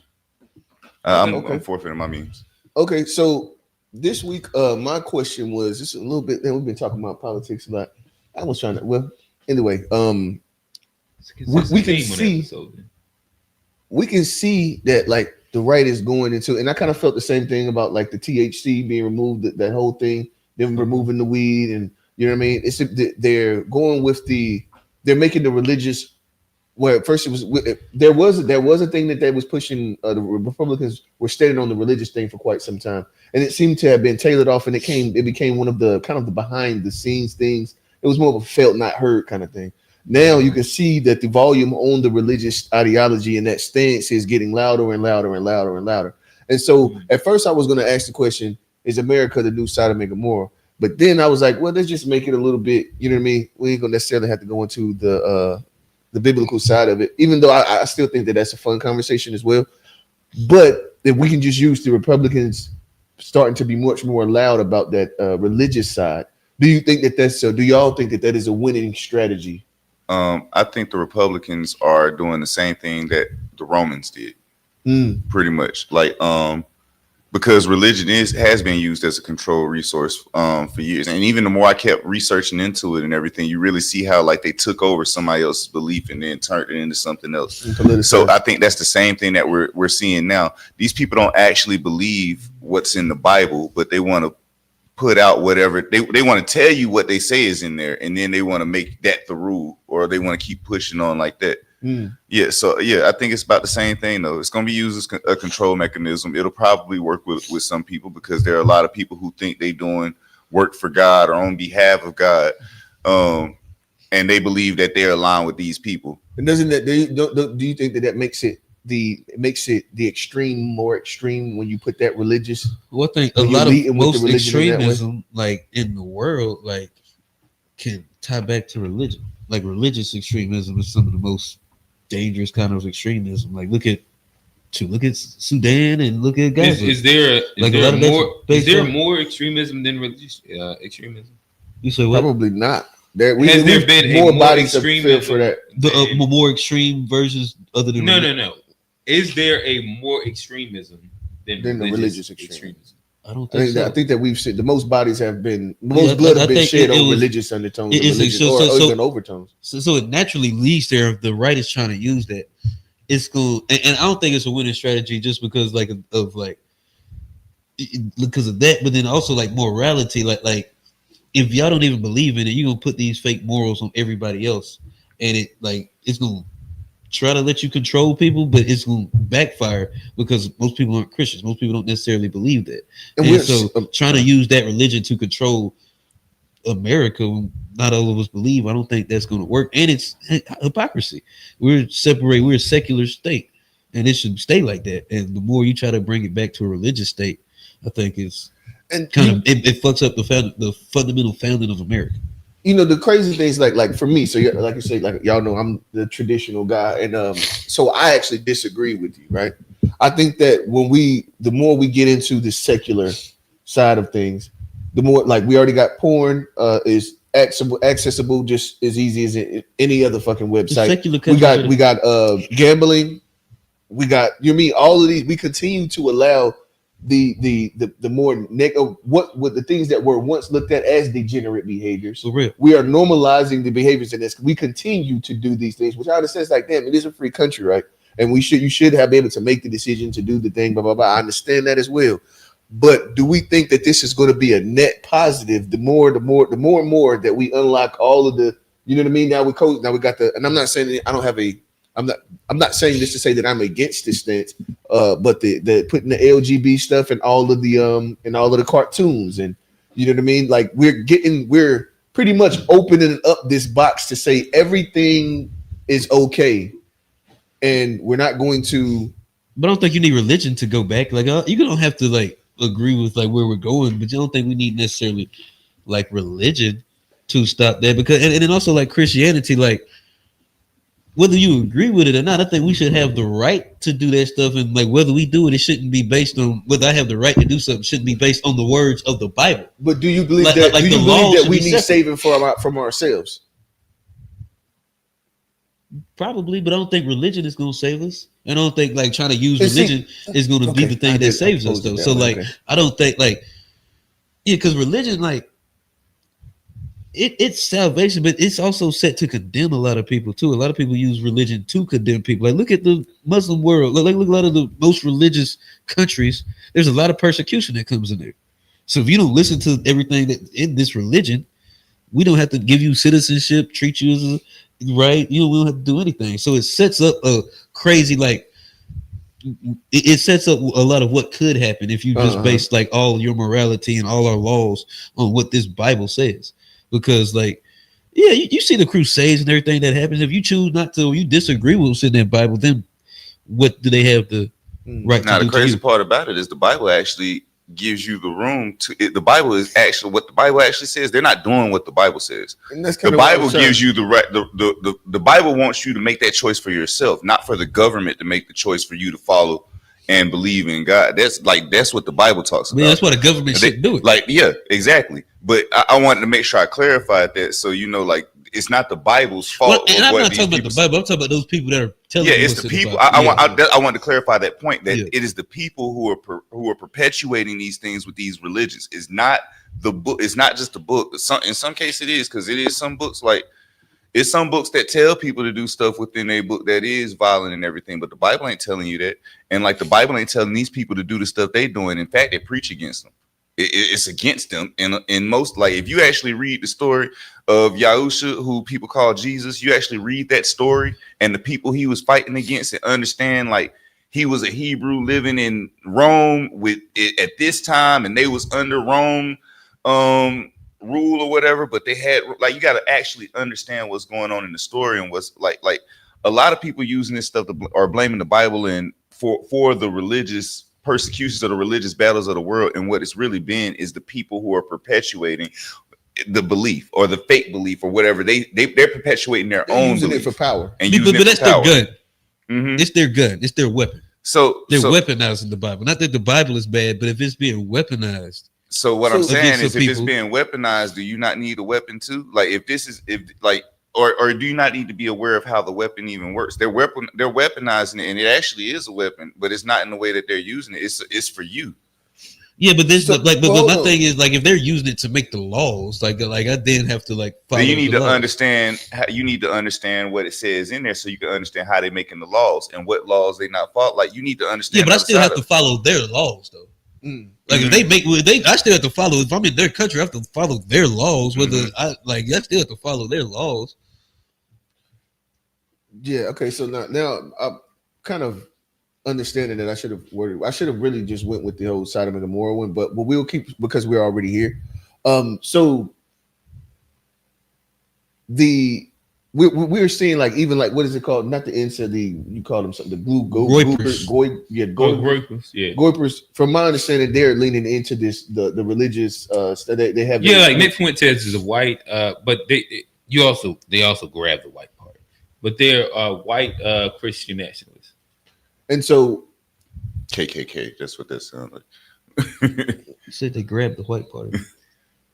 Yeah. Well, I mean, like they're not just Christian nationalists.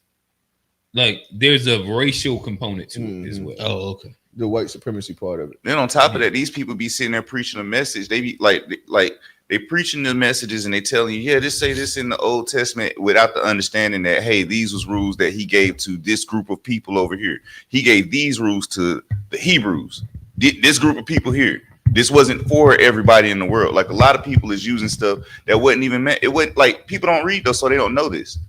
They like, yeah, it say this and it say this, and people be talking about all these rules. It say like the Bible actually is not with these governments, bro. And that's all I've been on. Like, I agree with that, but we do have to understand that, like, that people is using it for what they want to use it for. I agree. And that's all I'm saying. And like, but that's why it has to be separated though, because like, because it is the Bible. So hold on, hold on. I agree with strategy versus was it right or wrong? We're talking about a winning strategy, right? It's wrong. No. Is it a winning strategy? Do you think that it'll be able to? Do you think that it will be progressive in the way that it would actually lead to another victory? Is what I'm asking. No, it won't. It never has. I'm saying for Republicans. No, my bad. I said yeah. So for it's gonna work out bad for them. I think that it's actually gonna work out really bad because even though I'm not so for all of the porn and the bidding, the gambling, and I'm not so for it. Not saying that I don't utilize these things in my own personal life, but I'm still just because I do it don't mean I'm pro it. What? Not fucking. But I do think that, and the reason why the reason why the Sodom and Gomorrah kind of thing came to me is that like it's not going to work because we're so far gone already. Because the creature comforts that we actually love, we'll probably fight for porn before we'll fight for some. You know what I mean? Some shit that's like real. All right, so I guess this brings up a disagreement. Social media. Go ahead. I think that we can't really point to a theocracy that has worked positively for for the citizens of a country in general that I can think of across history. Maybe the Vatican City. That's about it. But then it ends up getting fucked over. But I don't know of like whether we could change religions. Mm-hmm. Maybe the closest you can get to is maybe like the Tibetans and like that whole little thing. But like when we look at the three major ones, the Abrahamics, I don't know ruling by this religion ever being its own thing. America is literally created off of having like disagreement. What is it? Maybe it's the Protestants. Or it was Protestants. You had the Quakers, the Puritans. It was like, a bunch of different them going against the religious rule of the country that they was in. Mm-hmm. I don't know religious rule to be an effective strategy. Again, if we go to like the Middle East and what Sharia law and shit like that, Sharia law is just ruling by what they feel is the word of the Quran. Gotcha. And like I don't know that to be like an effective strategy personally. And like they like, and I always go back to this, but that Bible, they was burning crosses, reading the Bible in front of people's houses. They wasn't reading the Bible. Like that's the whole thing about it. These people was reading something. They had made up their own books and was telling people, yeah, this was the Bible say. And they wouldn't even allow these people to have, like a lot of these people weren't allowed to have Bibles, bro, at a certain point.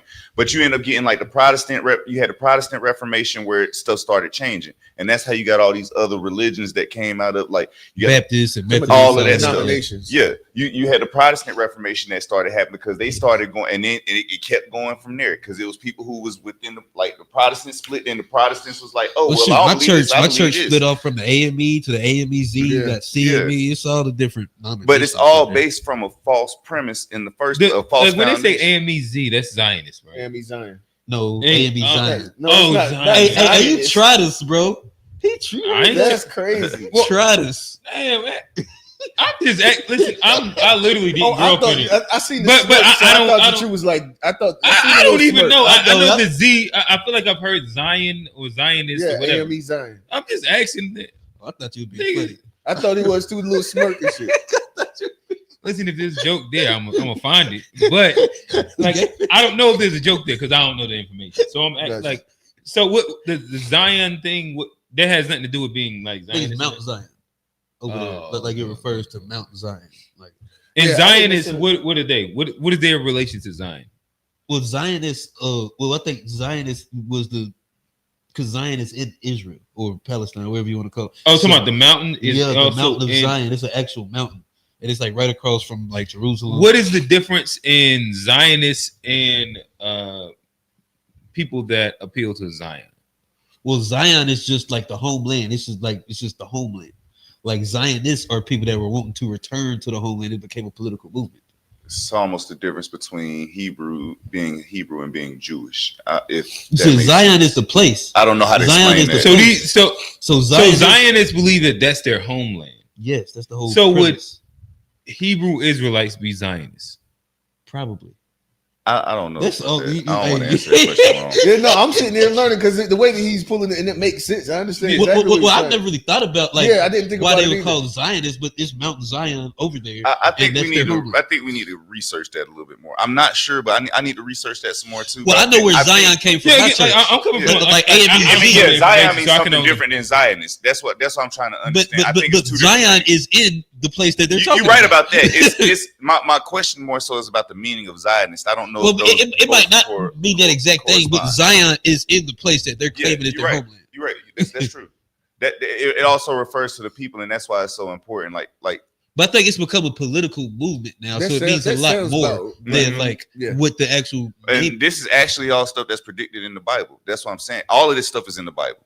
It was predicted that the belief would be taken over. It was predicted even with some of them missing books that's not in there, they say even Enoch more. And all of that. Yeah, they got even more. Enoch got them giant people in it, don't it? Spiritual beings. Yeah, talk about giants. But yeah, it's a lot more in there than you start looking at history and studying that stuff too. It all corresponds. They go together. You can still see it today. It's evident. But yeah. Yeah, apparently we all agree. I don't know why they did. I figure we all agree. I know you said you was finding a place to disagree, but we was all still agreeing. Okay. Yeah, I mean that's that was an easy one. I just wish that I was to me, it seems as though that this is a very, very, very losing strategy. It's well, I guess I can speak to the appeal of why they do the thing and why it's happening. I think that every youth is built off of counterculture. And so right now, what the right is attempting to take advantage of is the counterculture of people being secularism. Secular. Secular. And so that's a new edgy thing. Oh shit, I'm cool. But the issue is that when you stretch it out, my bad, I'm burping, but long enough, I don't think that it's a winning strategy in general. I get why they're doing the thing and why it appeals to this certain level of youth and group. Yeah, it makes sense. But it's not something that you can recycle over youth, because typically youth in itself just rebels against establishment, and nothing's more establishment than ruling by religion. In my opinion, yeah. It won't surprise me they fake the coming of Jesus. Oh wow! Hey, look. Just me saying it as an outside observer, that would be a fire time to be alive. When niggas fake Jesus, that's crazy. That'd be crazy. That's crazy. Imagine being outside when they fake. People gonna believe it though. That's the crazy part about it. People is gonna believe it. But that ain't Jesus. That's crazy. But then the next question, I think that's in the Quran. When Jesus comes back, how hard is it going to be to convince the populace?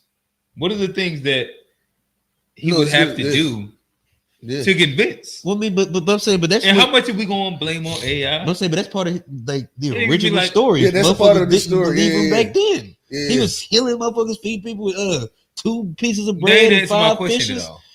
It's a specific amount. It's specific events detailed in the Bible that they say is going to happen. That happens. So it's so what you got to do? When he do what? It's a trumpet that sounds. You're going to see. He's going to crack the sky. You're going to see him apparently according to this. But this going to be a fake one before the real thing happens. Oh, that's the Antichrist. That's going to be a bomb. But you say he's going to crack the sky. What's that mean?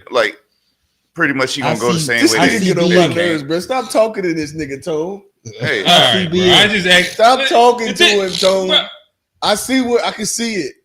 I think Rail's trolling, but no. All right, I'm trolling. So one, honestly, I don't know the. Oh, I know you don't know it. I know, but I can. So I'm gonna ask the question. But I can see the it's basically he's supposed to appear in the sky with chariots and stuff like that. They're probably gonna try some hologram stuff. I don't believe it's gonna either they're gonna fake a Jesus come back, or they gonna fake some alien invasion or something. But I do think it's gonna be some fake false flag event that they're gonna use that either convinces people to not believe in Christianity, or they're gonna push it like you need to believe in Christianity fully, and it goes this direction, but it's not the actual belief.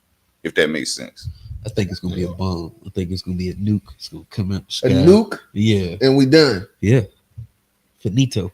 Then how Jesus gonna come back? That's gonna be it. That's gonna be it. All right, so you don't believe in Jesus coming back? I believe, but I think we gonna. I do think there's gonna be a fake event where they're gonna have people. I do believe there's gonna be a fake event where they're gonna have people Jesus believe. coming back, but he a nuke though. That ain't Jesus. Because everybody not going up to heaven. That's But I that ain't ain't got even talking nothing about to do. that. That I'm was talking about them never supposed to making happen to begin with. So I think he gonna take away. But I think it's gonna work. So you out. think Jesus is the nuke? I think it's gonna be something that we not thinking. My it man, is. all right, come on. I think it's gonna be Let's something go. deadly. I'm ready to go. It's gonna be something deadly. Wrap But yeah, him up. we'll get into that next week. No, we won't. Listen, we are. I'm putting my question in now. Is Jesus a nuke? They would be like a nuke.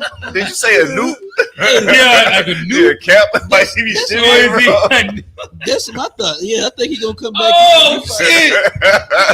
Damn it, y'all talk. Let me see if I can find this meme. Wrap him up. Oh, he gonna find one. Keep on. Go ahead and wrap him up. Well, we appreciate y'all for tapping in. We appreciate the chat. Y'all leave a comment below. Hit the like button.